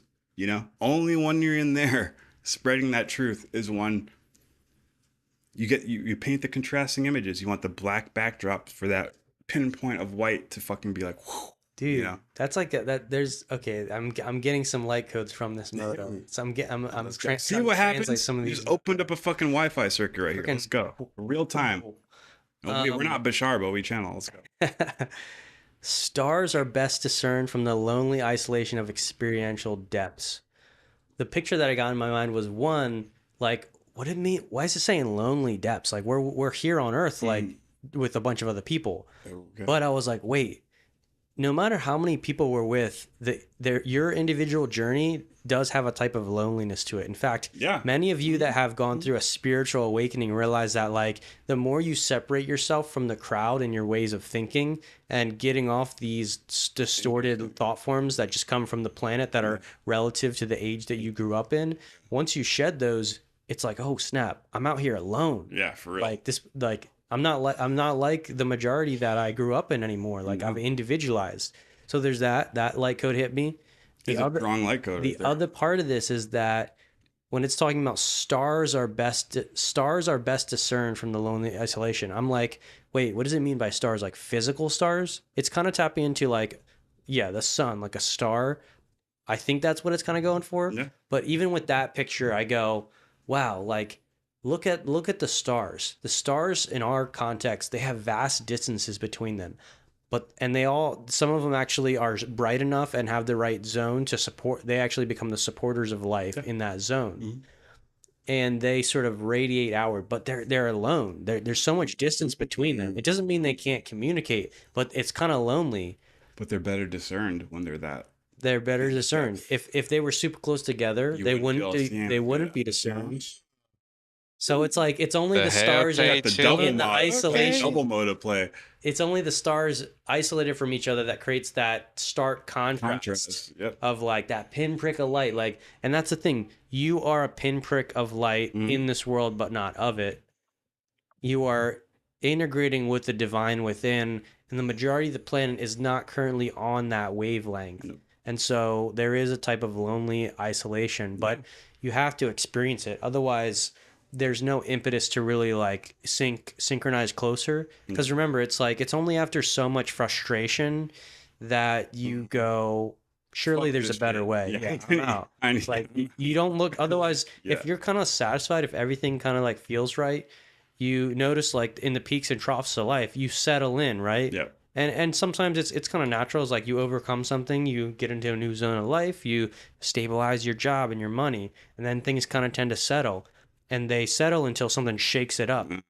And the natural state of humanity and mortals is that like Stagnation. they stagnate until something shakes it up. Luxurious stagnation, Right. and then you fucking. But the progressive Urantia ascender, they're the ones that are like they lean into we the live next in a thing. stir. Yeah, they're not pausing. They're realizing that you don't just pause on your plateau. Like the push into the center of the universe, you're trying to overcome physical gravity with mental gravity, but that requires thinking the thought forms from the source. Otherwise, you're going to be pushed back by a wave, right? You like push your shit It's like all this like air, like a I don't know. Imagine I'm thinking of like it's blasting out powerful air, and then you're like trying to walk through it. Like think of a storm where the wind is so strong that you can barely walk forward. That's gravity. You're pushing against that wind, but when you spiritualize the thought forms, you actually like your body dissolves and you can like bypass it. But you it's bypass that gravity. You that only feel the wind. The yeah. wind feels real, but you have to not like don't focus on the wind. Focus on something else, and then you get through the wind. You only focus on the wind, you're fucked. Over here dropping fire, dude. And I'll read one or two more. Freaking philosophers over here, bro. Dude, shout out to That's all I'm fucking. hearing, bro. Shout out. I love how you broke it down though, Taylor. I really do. You flipped a new meaning on that bitch. For real. One I really like, affectation. Affectation is when you use words to sound like you're smarter than you are. Affectation is the ridiculous effort of the ignorant to appear wise. The attempt of the barren soul to appear rich. I see that all the time in modern day society, especially if young people like clavicular, that fucking idiot. He says all these stupid words like, in order for this and this to suppress my amino acids and shit and hit my face with a hammer. You know, you can speak that scientific speak to sound smart. That's affectation.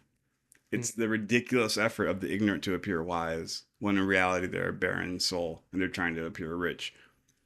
I feel like a lot of people on TikTok, on Instagram get manipulated by this technique, and I'm only saying this because I want people to recognize, don't get manipulated by affectation. You know, a lot of people are going. Another one, you cannot perceive spiritual truth until you feelingly experience it, and many truths are not really felt except in adversity. Sorry, I mean, that speaks for itself. Shit has hit the fan sometimes if you want to feel the real shit.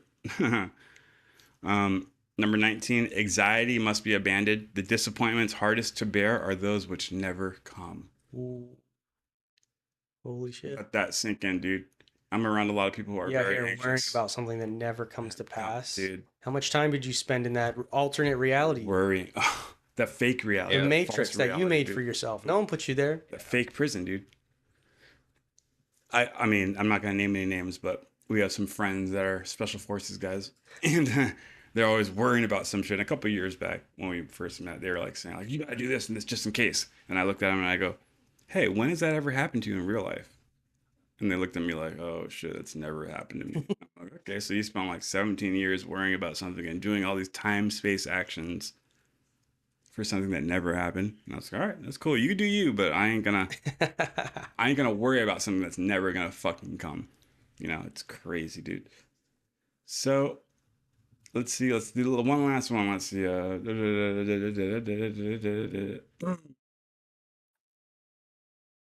One more. I guess. I mean, they're all fucking amazing. I like 21.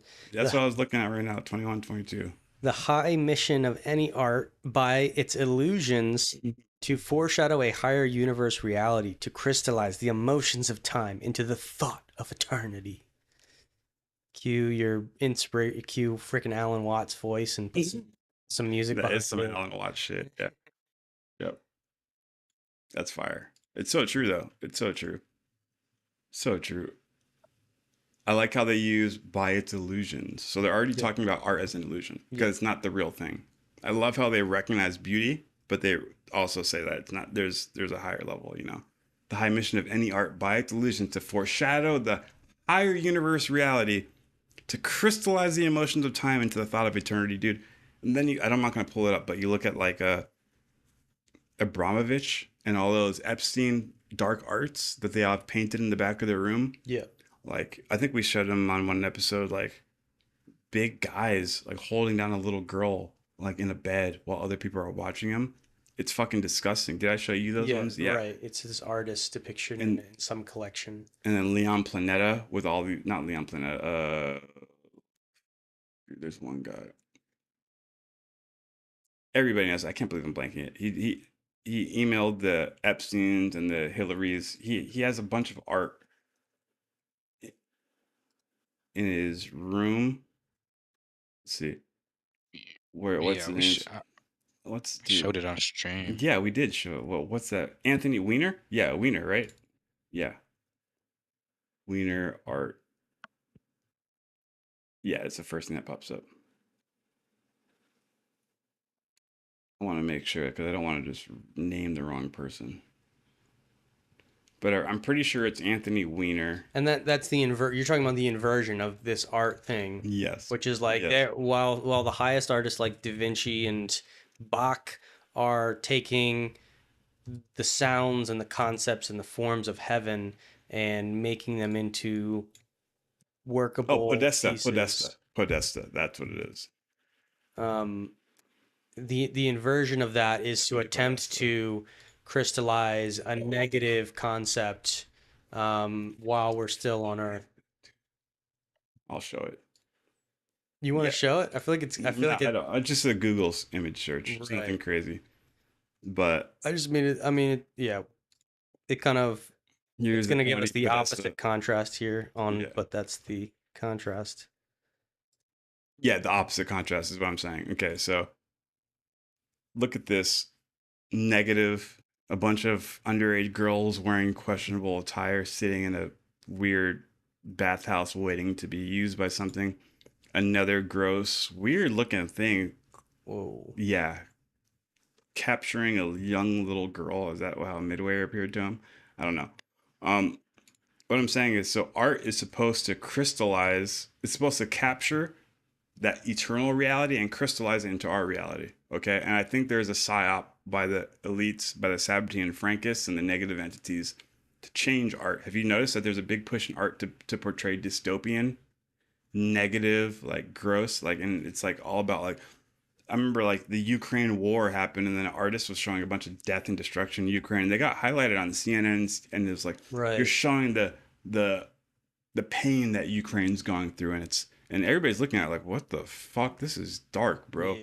But it seems like there's a big push by the World Economic Forum, all these powers that be, to make art not that crystallization of future eternal realities, but to say that art is To crystallize the worst human worst realities, human- yeah, and then today. to remind us, to keep reminding us every day with that. Inversion, dude. It's fucking gross, man. They're inverting the Marancha Moda, bro. But yeah, I mean, that's the end of my. I mean, it's both. It's the entire podcast is one rant. So that's it right there. I guess we can finish off that chapter. I won't promise it next week, but in the next couple of weeks we'll finish that chapter for sure. Any last words for you guys? I mean, I'm stoked on what we did so far. So I guess hit them with that words of power. Get into the end. Yeah. True.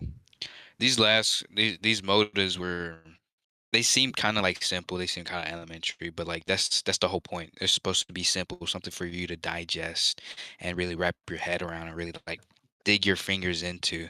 These are things we want you to think about constantly and just be like, well, I think I already know it, but like you gotta look at it from different perspectives. You gotta look at it from what we're talking about. Look at it from the bottom up. And remember, these were that's- given on the rehab sphere, so like they're assuming people are really dumb, so they need to use basic concepts so that they can understand. Yeah. Exactly. And that just shows you like we can't just always dismiss anything and everything and that happens in the world. We gotta have enough, we gotta feed ourselves enough knowledge, the good knowledge, to discern from the bad knowledge. That's all it is, man.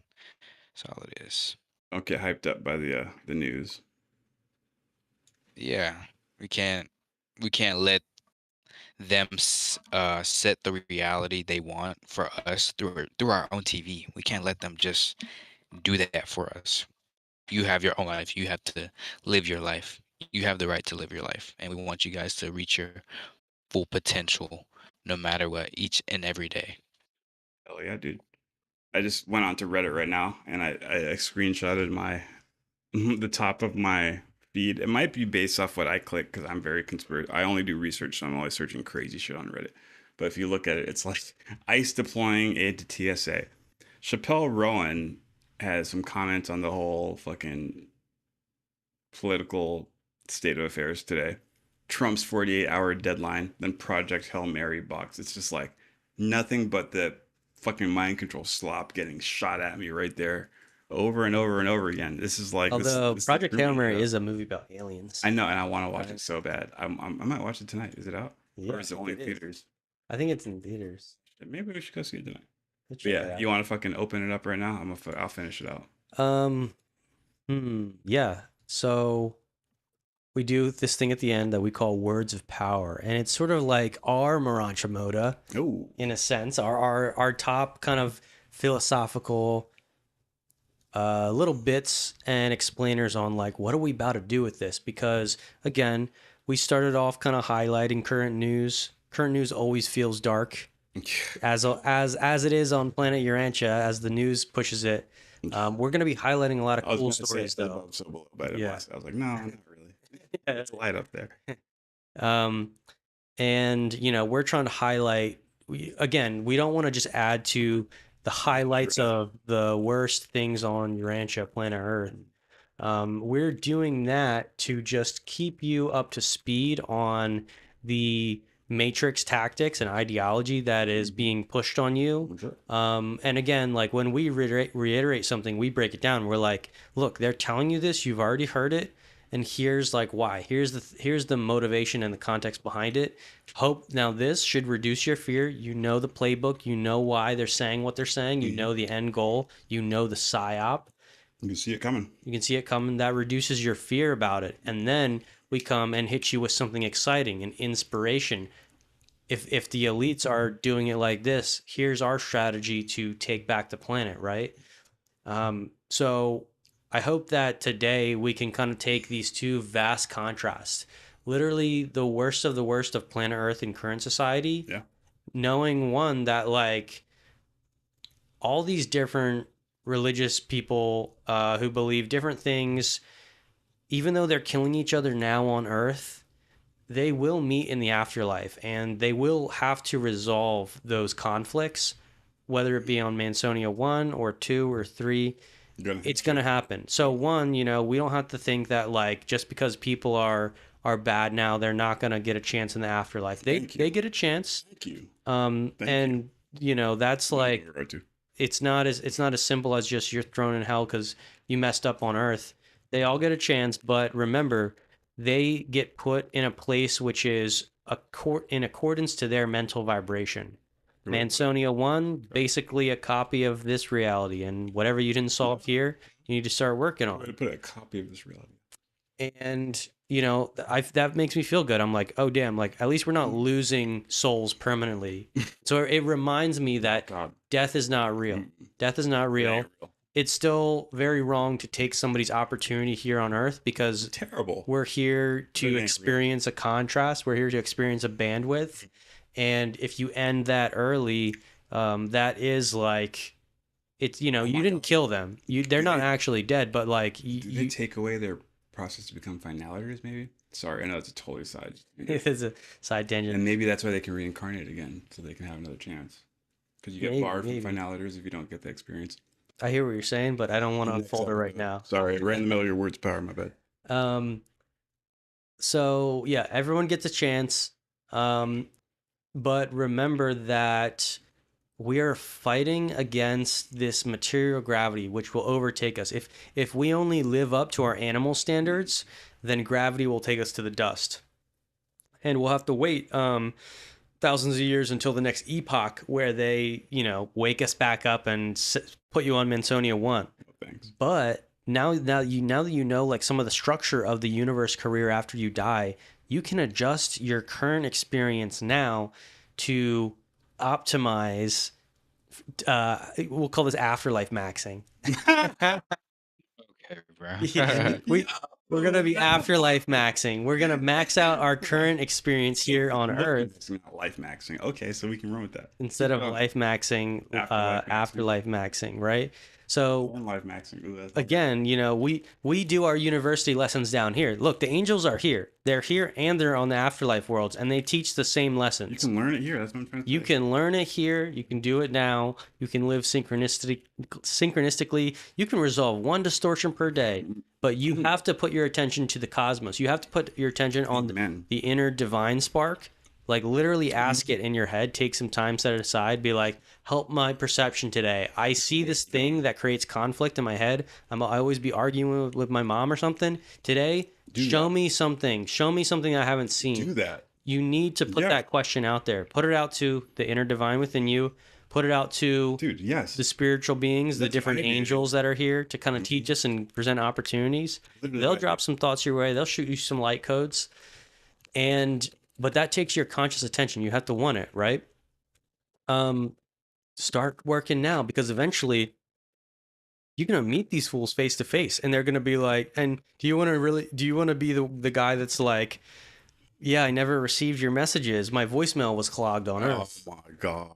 Okay, we heard that one before. Next. Yeah, and so you got to clear out your voicemail and get some of these light codes and ask for them, because I guess in a way you got to get on the subscriber list. Yep. They're always willing to send you the light codes, the moda that you can try and translate. But like if you ain't subscribed, how you gonna get them? So look, the best you can do is at least subscribe to Planetary HQ. If you're not gonna ask for the download, we're gonna try our best to convert it for you. Yeah. Give you a little supplementary. We'll feed you like a little baby bird. But remember, you do not need us for anything. You just got to subscribe to the divine light codes from your image of God and man and the whole celestial host, right? So get on it. Do it today. Don't just go to church and then check out. Like people who go to church but aren't like that excited about it. It's like being on the email list and you want to subscribe, but you're afraid of what people think if you unsubscribe. And you're just kind of caught in it, and you're forced to read it. Like someone literally, you read the headline, but don't read. Yeah, someone sits you down every Sunday and is like, "You need to read the newsletter. Yeah. Do you know the good news?" And then they go on to repeat the old light codes with all their distortions. And man, if that's the trap you're living in, like, just I don't know. We got a new system, bro. That's what I'm saying, dude. Fuck, man. Door is fucking open, dog, and we're not talking no Jehovah's Witness shit. The door is fucking open. No, I'm just stoked. I'm stoked to be with my brothers, as you can see throughout the podcast. I'm just excited to be face to face with Taychilla right now. You guys seen the podcast from the beginning. It's been a fucking grind, and we're getting there. We see the light at the end of the tunnel. We just edited our Billy Carson episode, completely done tonight with the Y file, so it should be posting pretty soon. It's exciting, man. Just going from turning on my phone in the backyard to finding Taychilla and the darkness, and both of us going up. It's far. Yeah, I noticed that, dude. I was thinking of getting reflection. I was getting reflection off that reflector right there. Yeah. But whatever. I got the light. It's exciting, dude. It's exciting to be part of this from my point of view. I hope you guys get excited that we just really fucking, because of you guys and your subscriber shit and the feedback, we move together so that we can make this a more streamlined process. And even in this conversation, I'm feeling new energy. Like, we got a new channeling circuit out here. It's super exciting. And I want everybody to realize that we ain't shit, dog. Yeah, we ain't shit. We're just like you. We're just another fucking human being like you. All the little decorations we have with our YouTube channel and Planetary HQ and purple and all this shit and shirts, it's all decoration, bro. We're just like fucking you. If you come to Planetary HQ and take one class for Mind, Body, Spirit, and we give you that stamp for certification, I don't ever want to fucking see you in my building again, dude. You better be out on the planet helping someone else. You better create another planetary headquarters wherever the fuck you are, as far away from me as possible. Okay? This ain't no fucking money grab. This ain't no Ponzi scheme. This is to take the fucking turf back from planet Earth. I know we've been conditioned so hard that everything's a fairy tale. Everything's a movie. Everything's too good to be true, dude. That makes sense. because you talk to everybody and everybody's bullshit. Nobody ain't. I mean, they're kind of making, I guess, material success at school, but what they tell you, it ain't really doing much. It's been a long time since a real fight for planet Earth has been, I guess, since Jesus 2,000 years ago. That was the last time a representative was on planet really fighting, bro. Right now, you are in the fight, and we can take this planet back. This isn't some fake, just like, oh, podcast, yes, subscribe to me. I want your attention because I'm trying to make it, dude. Don't ever look at Planetary HQ like that, dude. That's not who the fuck we are. We are here because we're here with you. We're using their rebel system, their podcast and internet system to coordinate with the planetary reservists, with the light workers on planet Earth who are trying to take the planet back. So, fuck, dude, do I have to really go on a soapbox and preach? Read between the lines. You can feel it and I can feel it. Support the cause, support the mission. If you are hearing this, you are the resistance. If you want to communicate more, Mo, we have the Discord. Join the Discord. Talk to me. I'm here. I got it on my phone. I will talk back. We can coordinate. If you really have something that you want to put on the table to help the cause, then we can have this conversation. No problem. Me and Tachel live together now. So all it takes is me being like, knock on his door. Hey, bro, we got a meeting with so-and-so. She wants to talk about this, this, and that. If you got something that you want to contribute to the kingdom, reach out. If you want to support the cause, go buy a shirt. This isn't one of the shirts, but go buy the shirt. Link is in the description. Every time you buy a shirt, you're supporting us. Like I said, I say it all the time. We're working on getting this mind, body, spirit app so that you can track your mind, body, spirit progress. And then if you link up with other people around you, you get, I guess, bonus points. So instead of people getting uploaded for showing their ass, their titties, their diamonds, and their Ferraris, on this social media aspect, this social media platform, you'll get points for growing your mind, body, spirit, and you'll get multiplication points. Your points will get multiplied if you do it with other people. So you buy a shirt and support the cause. You look fresh and know that that money is going to go to our app. The shirts are fucking $30, dude. It takes us $21 to print them. We're only getting $9 a shirt. So like, you think we're going to change the world on $9? Not really. So buy a shirt and support the cause. But the more shirts you buy, the more you're going to help us, man. And the more you're not going to help us, the more you're going to fucking help you. And guess what? We're going to die. We're going to die soon. We're helping the future generations of planet Earth. So last time I checked, communism ain't right. Capitalism ain't right. I believe in evolution. So that means this isn't the final stage. There is a stage after this we must get to or we will perish. I want to get to that stage. I don't think capitalism and communism is the way to go. So in order to get to that trisophic mind, body, spirit age, we need help and support. So this is a long-winded way of saying, fuck you fools. Love you fools. Support the cause.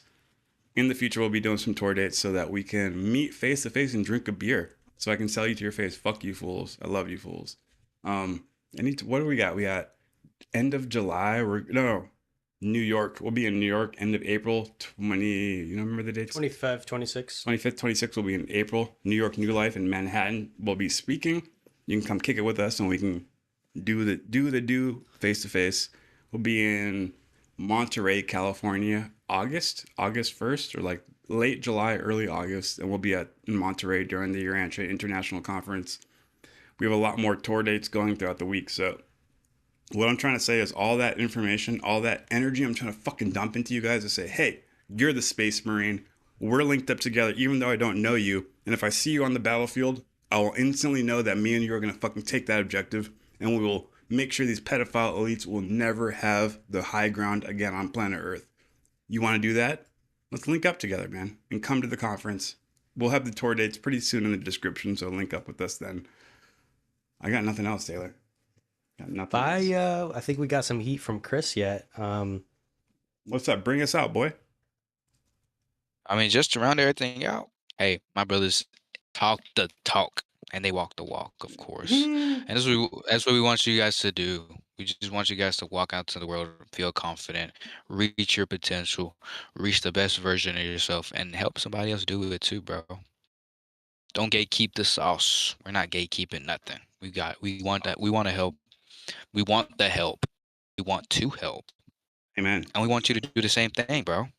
Okay. It's simple. It's easy. It's easy because we want you to replicate it. That's it. That's all it is, bro. That's it. We want you to do it for your own self. We want you to do it for that special person in your life. We want you to do it for your family, for your community, at the end of the day, and for yourself, most importantly, bro. Because without you, this doesn't work. Ain't Without shit. us, this doesn't work, bro. Hey, real talk though. That's what I'm talking about. If there ain't no people to get the message to, are we putting out the message? What's the point in putting out the message? You got to find the people. You got to find those who are in harmony and synchronous, who are like, yo, let me throw this rhythm in the song that we about to make. Oh shit, that's fire, dog. Where have you been? Exactly. Yeah, and speaking of songs, we're doing a lot of creative stuff. You're gonna see a lot more from us. We got some music we made in the past. I think to end this, I'm gonna play one of the beats that I made. It's not yet. Okay, we're not gonna reveal too much, do the beat. but I'm gonna play one of these beats, and we're just gonna jam out. And remember, art is an illusion trying to crystallize the feelings and the emotions of time space into eternity. Yep. And you can do high art or inversion, the left-hand path.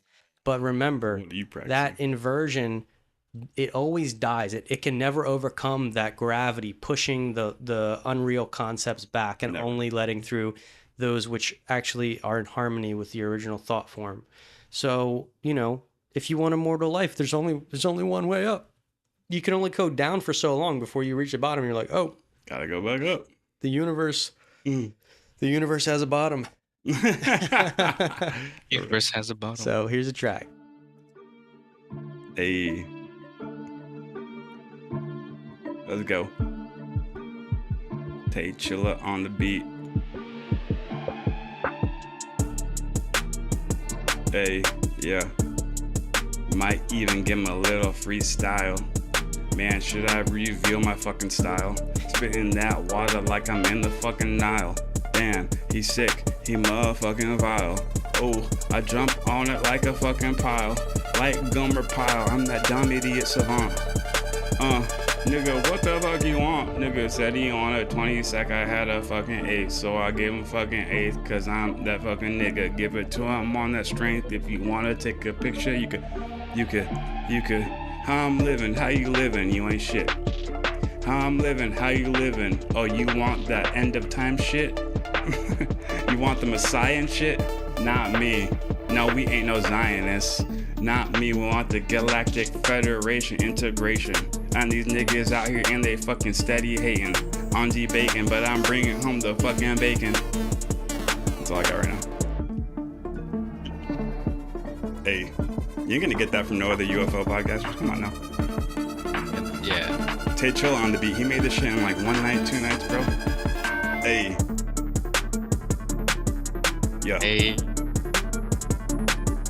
Yo. I was cooking. Yeah, right?